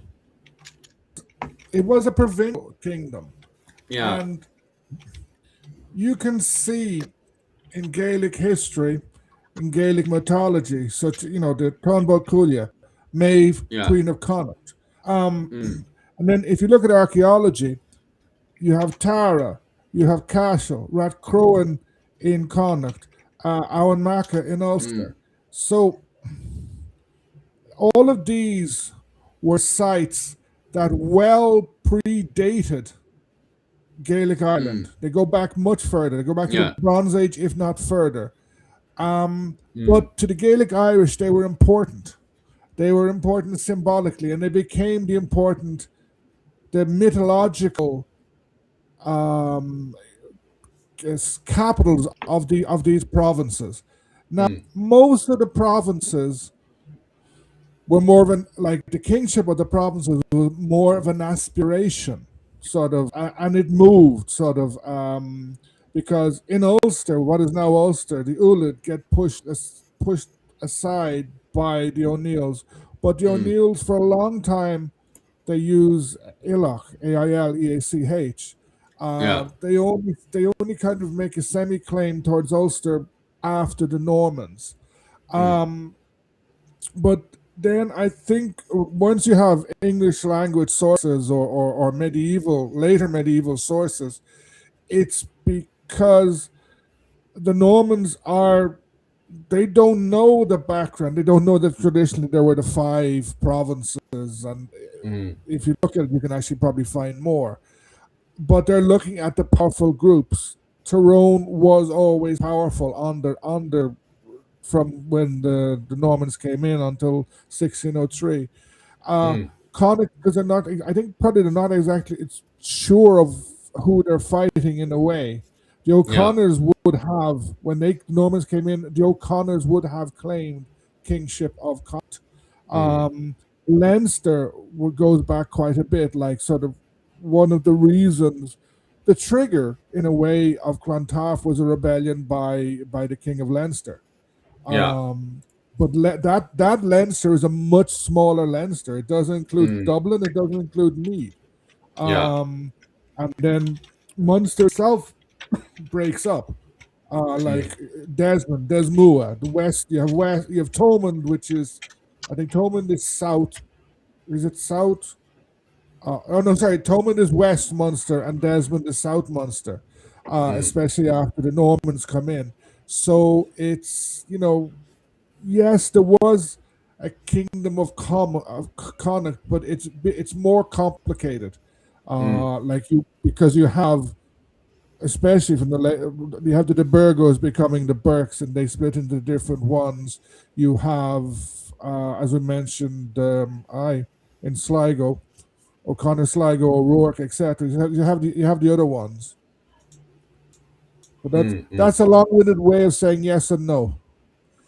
Yeah, I Yeah. mean, I just will just add in because you said weren't quite sure who. Obviously, we know like obviously you have the in Ulster you have the Enil pushing out the Ullid, and well, who are the Ullid? That's a long civil war between the Dalnaruja and the Dalfiata. Um, so there's a lot of groups in Connacht. It's primarily the Ifigra are the dominant group in Connacht, and then the Alo, and Mm, then the Ibreen start to dominate by the 7th century. So so you can just sort of see um, uh, they have the same issues that every other group's having, where these dominant king groups are trying to dominate these regions. And like you said there, that earlier, Cormac McSparran does actually a talk on this that the five provincial kingdoms may actually obviously predate Gaelic Ireland and Ireland, and that they are a earlier sort of Bronze Age. These kingdoms have sort of existed in concept and in idea and learning memory as a mm, from the Bronze Age, but they're never. That not to get it like focused on what medieval kingdoms, these mm, centralized states. These are just almost like territorial markers, of groups of people. So, um, but yeah, the just because I like I said, you weren't quite sure who the original players were at the top of your head, so I just Steve Vieira at the early heavyweights, the Alo, and then obviously the Breen. yeah. But the thing is, right, and I disagree with what Davy Jones is saying there because I can't see any form of nationalism whatsoever. And it's so strange because there doesn't seem to be any loyal, although, these king groups of Gaelic clans or whatever you want to refer to as, to simplify the conversation, although there's a king group system there, they're supposed to tie all these factions together. They always seem to be chopping each other up to be the head of, the head Taoiseach or early on, re of the Tuat. And I can't see, like, if there was a form of nationalism there, when you saw the English coming in here, who are the old French and stuff, you think they would all come together, fly the big tricolor and stuff, and that doesn't happen. So I would definitely disagree that there is any forms Sorry. of nationalism or anything like. One thing you have to be careful with the word nationalism, because the word Yeah, nationalism is attached to your idea of a nation yeah. slash nation state. Mm, mm, Um, mm. Look at anywhere in the before the present. and Yeah. you will find divides. What did the Romans spend more of their time doing? When they weren't conquering people, what were they doing? They were fighting themselves. Yeah. Uh, I was working, I was listening to some podcasts about Roman history, and Mm. blood, that they're fighting themselves nonstop. Everywhere is Yeah. fighting themselves. Yeah, there wasn't no, it took like centuries for strong states to emerge. Mm. But way before that, you find identities. And quite often it starts off as cultural. In Gaelic Ireland, perhaps because there's a shared language and it's a small enough island, you have a Gaelic Irish identity. Yeah, we do. Um, and that it's like we can't go into it's we can come back to that another time. Yeah. Is that identity a sign of early nationalism? It depends what you mean by early nationalism. Mm. It's an identity that existed. Were they demanding a nation state? No, because no one knew what that Yeah. meant. Yeah. Most people didn't exactly know what state meant. Mm. And Mm. yeah, just Stephen asked the question. I think he's annoyed that I forgot to mention Ormond among the divisions of Munster, which Oh I well. think Ormond is East Munster and Thomond is actually North Munster. Mm, mm, mm, mm. Even though I think parts of Tipperary are much more to the north than Clare. Oh. I will Yeah, it just would say, be. yeah, you've when you touch on nationalism, again, this debate gets stripped back another layer when you Mm. think that even the topic and the discussion, the academic discussion around nationalism, doesn't agree because it's like up to I know of three schools of thought on what is nationalism and how it originates: ethnic or cultural, romantic, and civic nationalism or political nationalism. So there's different, and these are all most of this works from the like 19th and 20th century scholars, and they're writing about when nationalism forms. You get these different schools of thought. So depending on what school of thought you adhere to on the idea of when nationalism even came into the human conscience, Mm. it can be and how you what you use to define nationalism um, is then will skew your thought on when it founded. So you've just got to be careful of that too.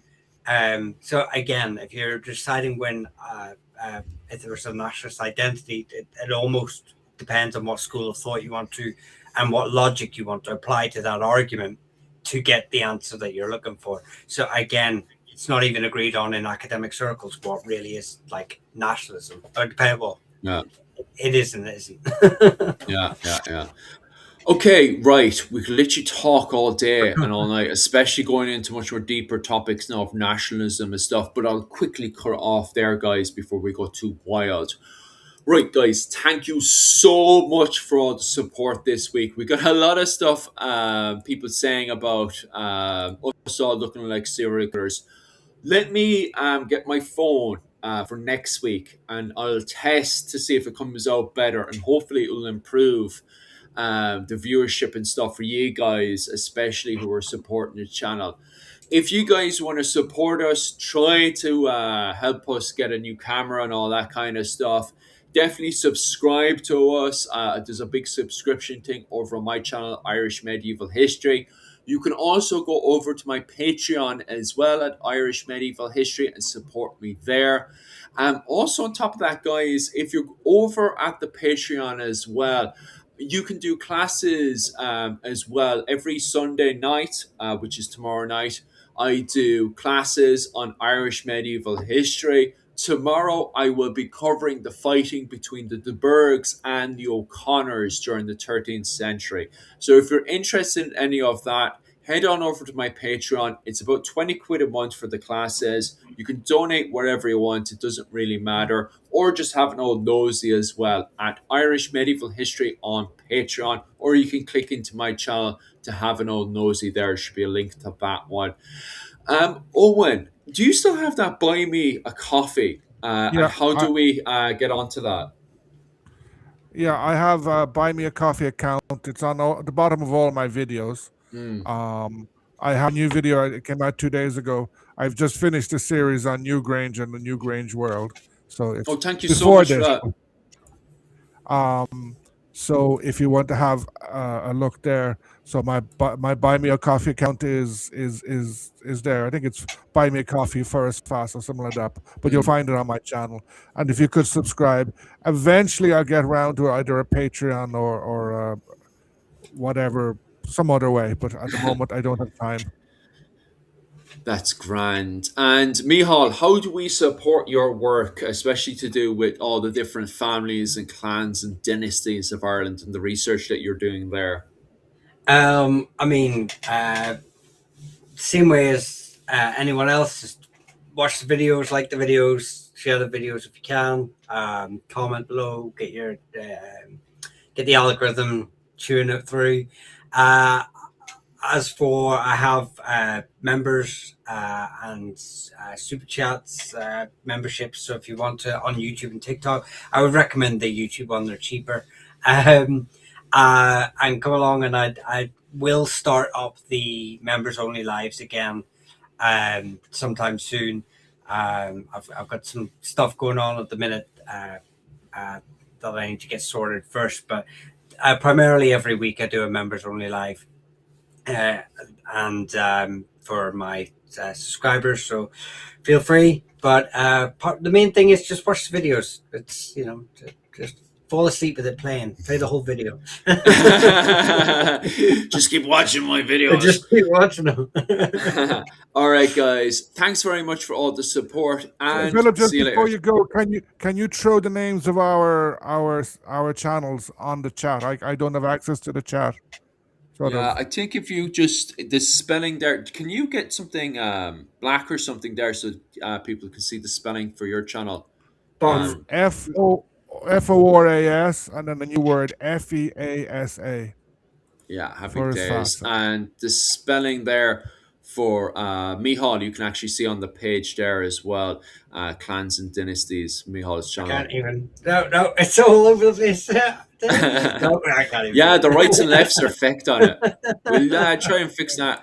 And If for anyone anyone jumping and over to my channel there, all subscriptions are very welcome. All subscriptions are Okay. very welcome. happy days. Okay, other than that, guys, thanks very much and slán go See you Slán. guys. Bye bye. So Slán.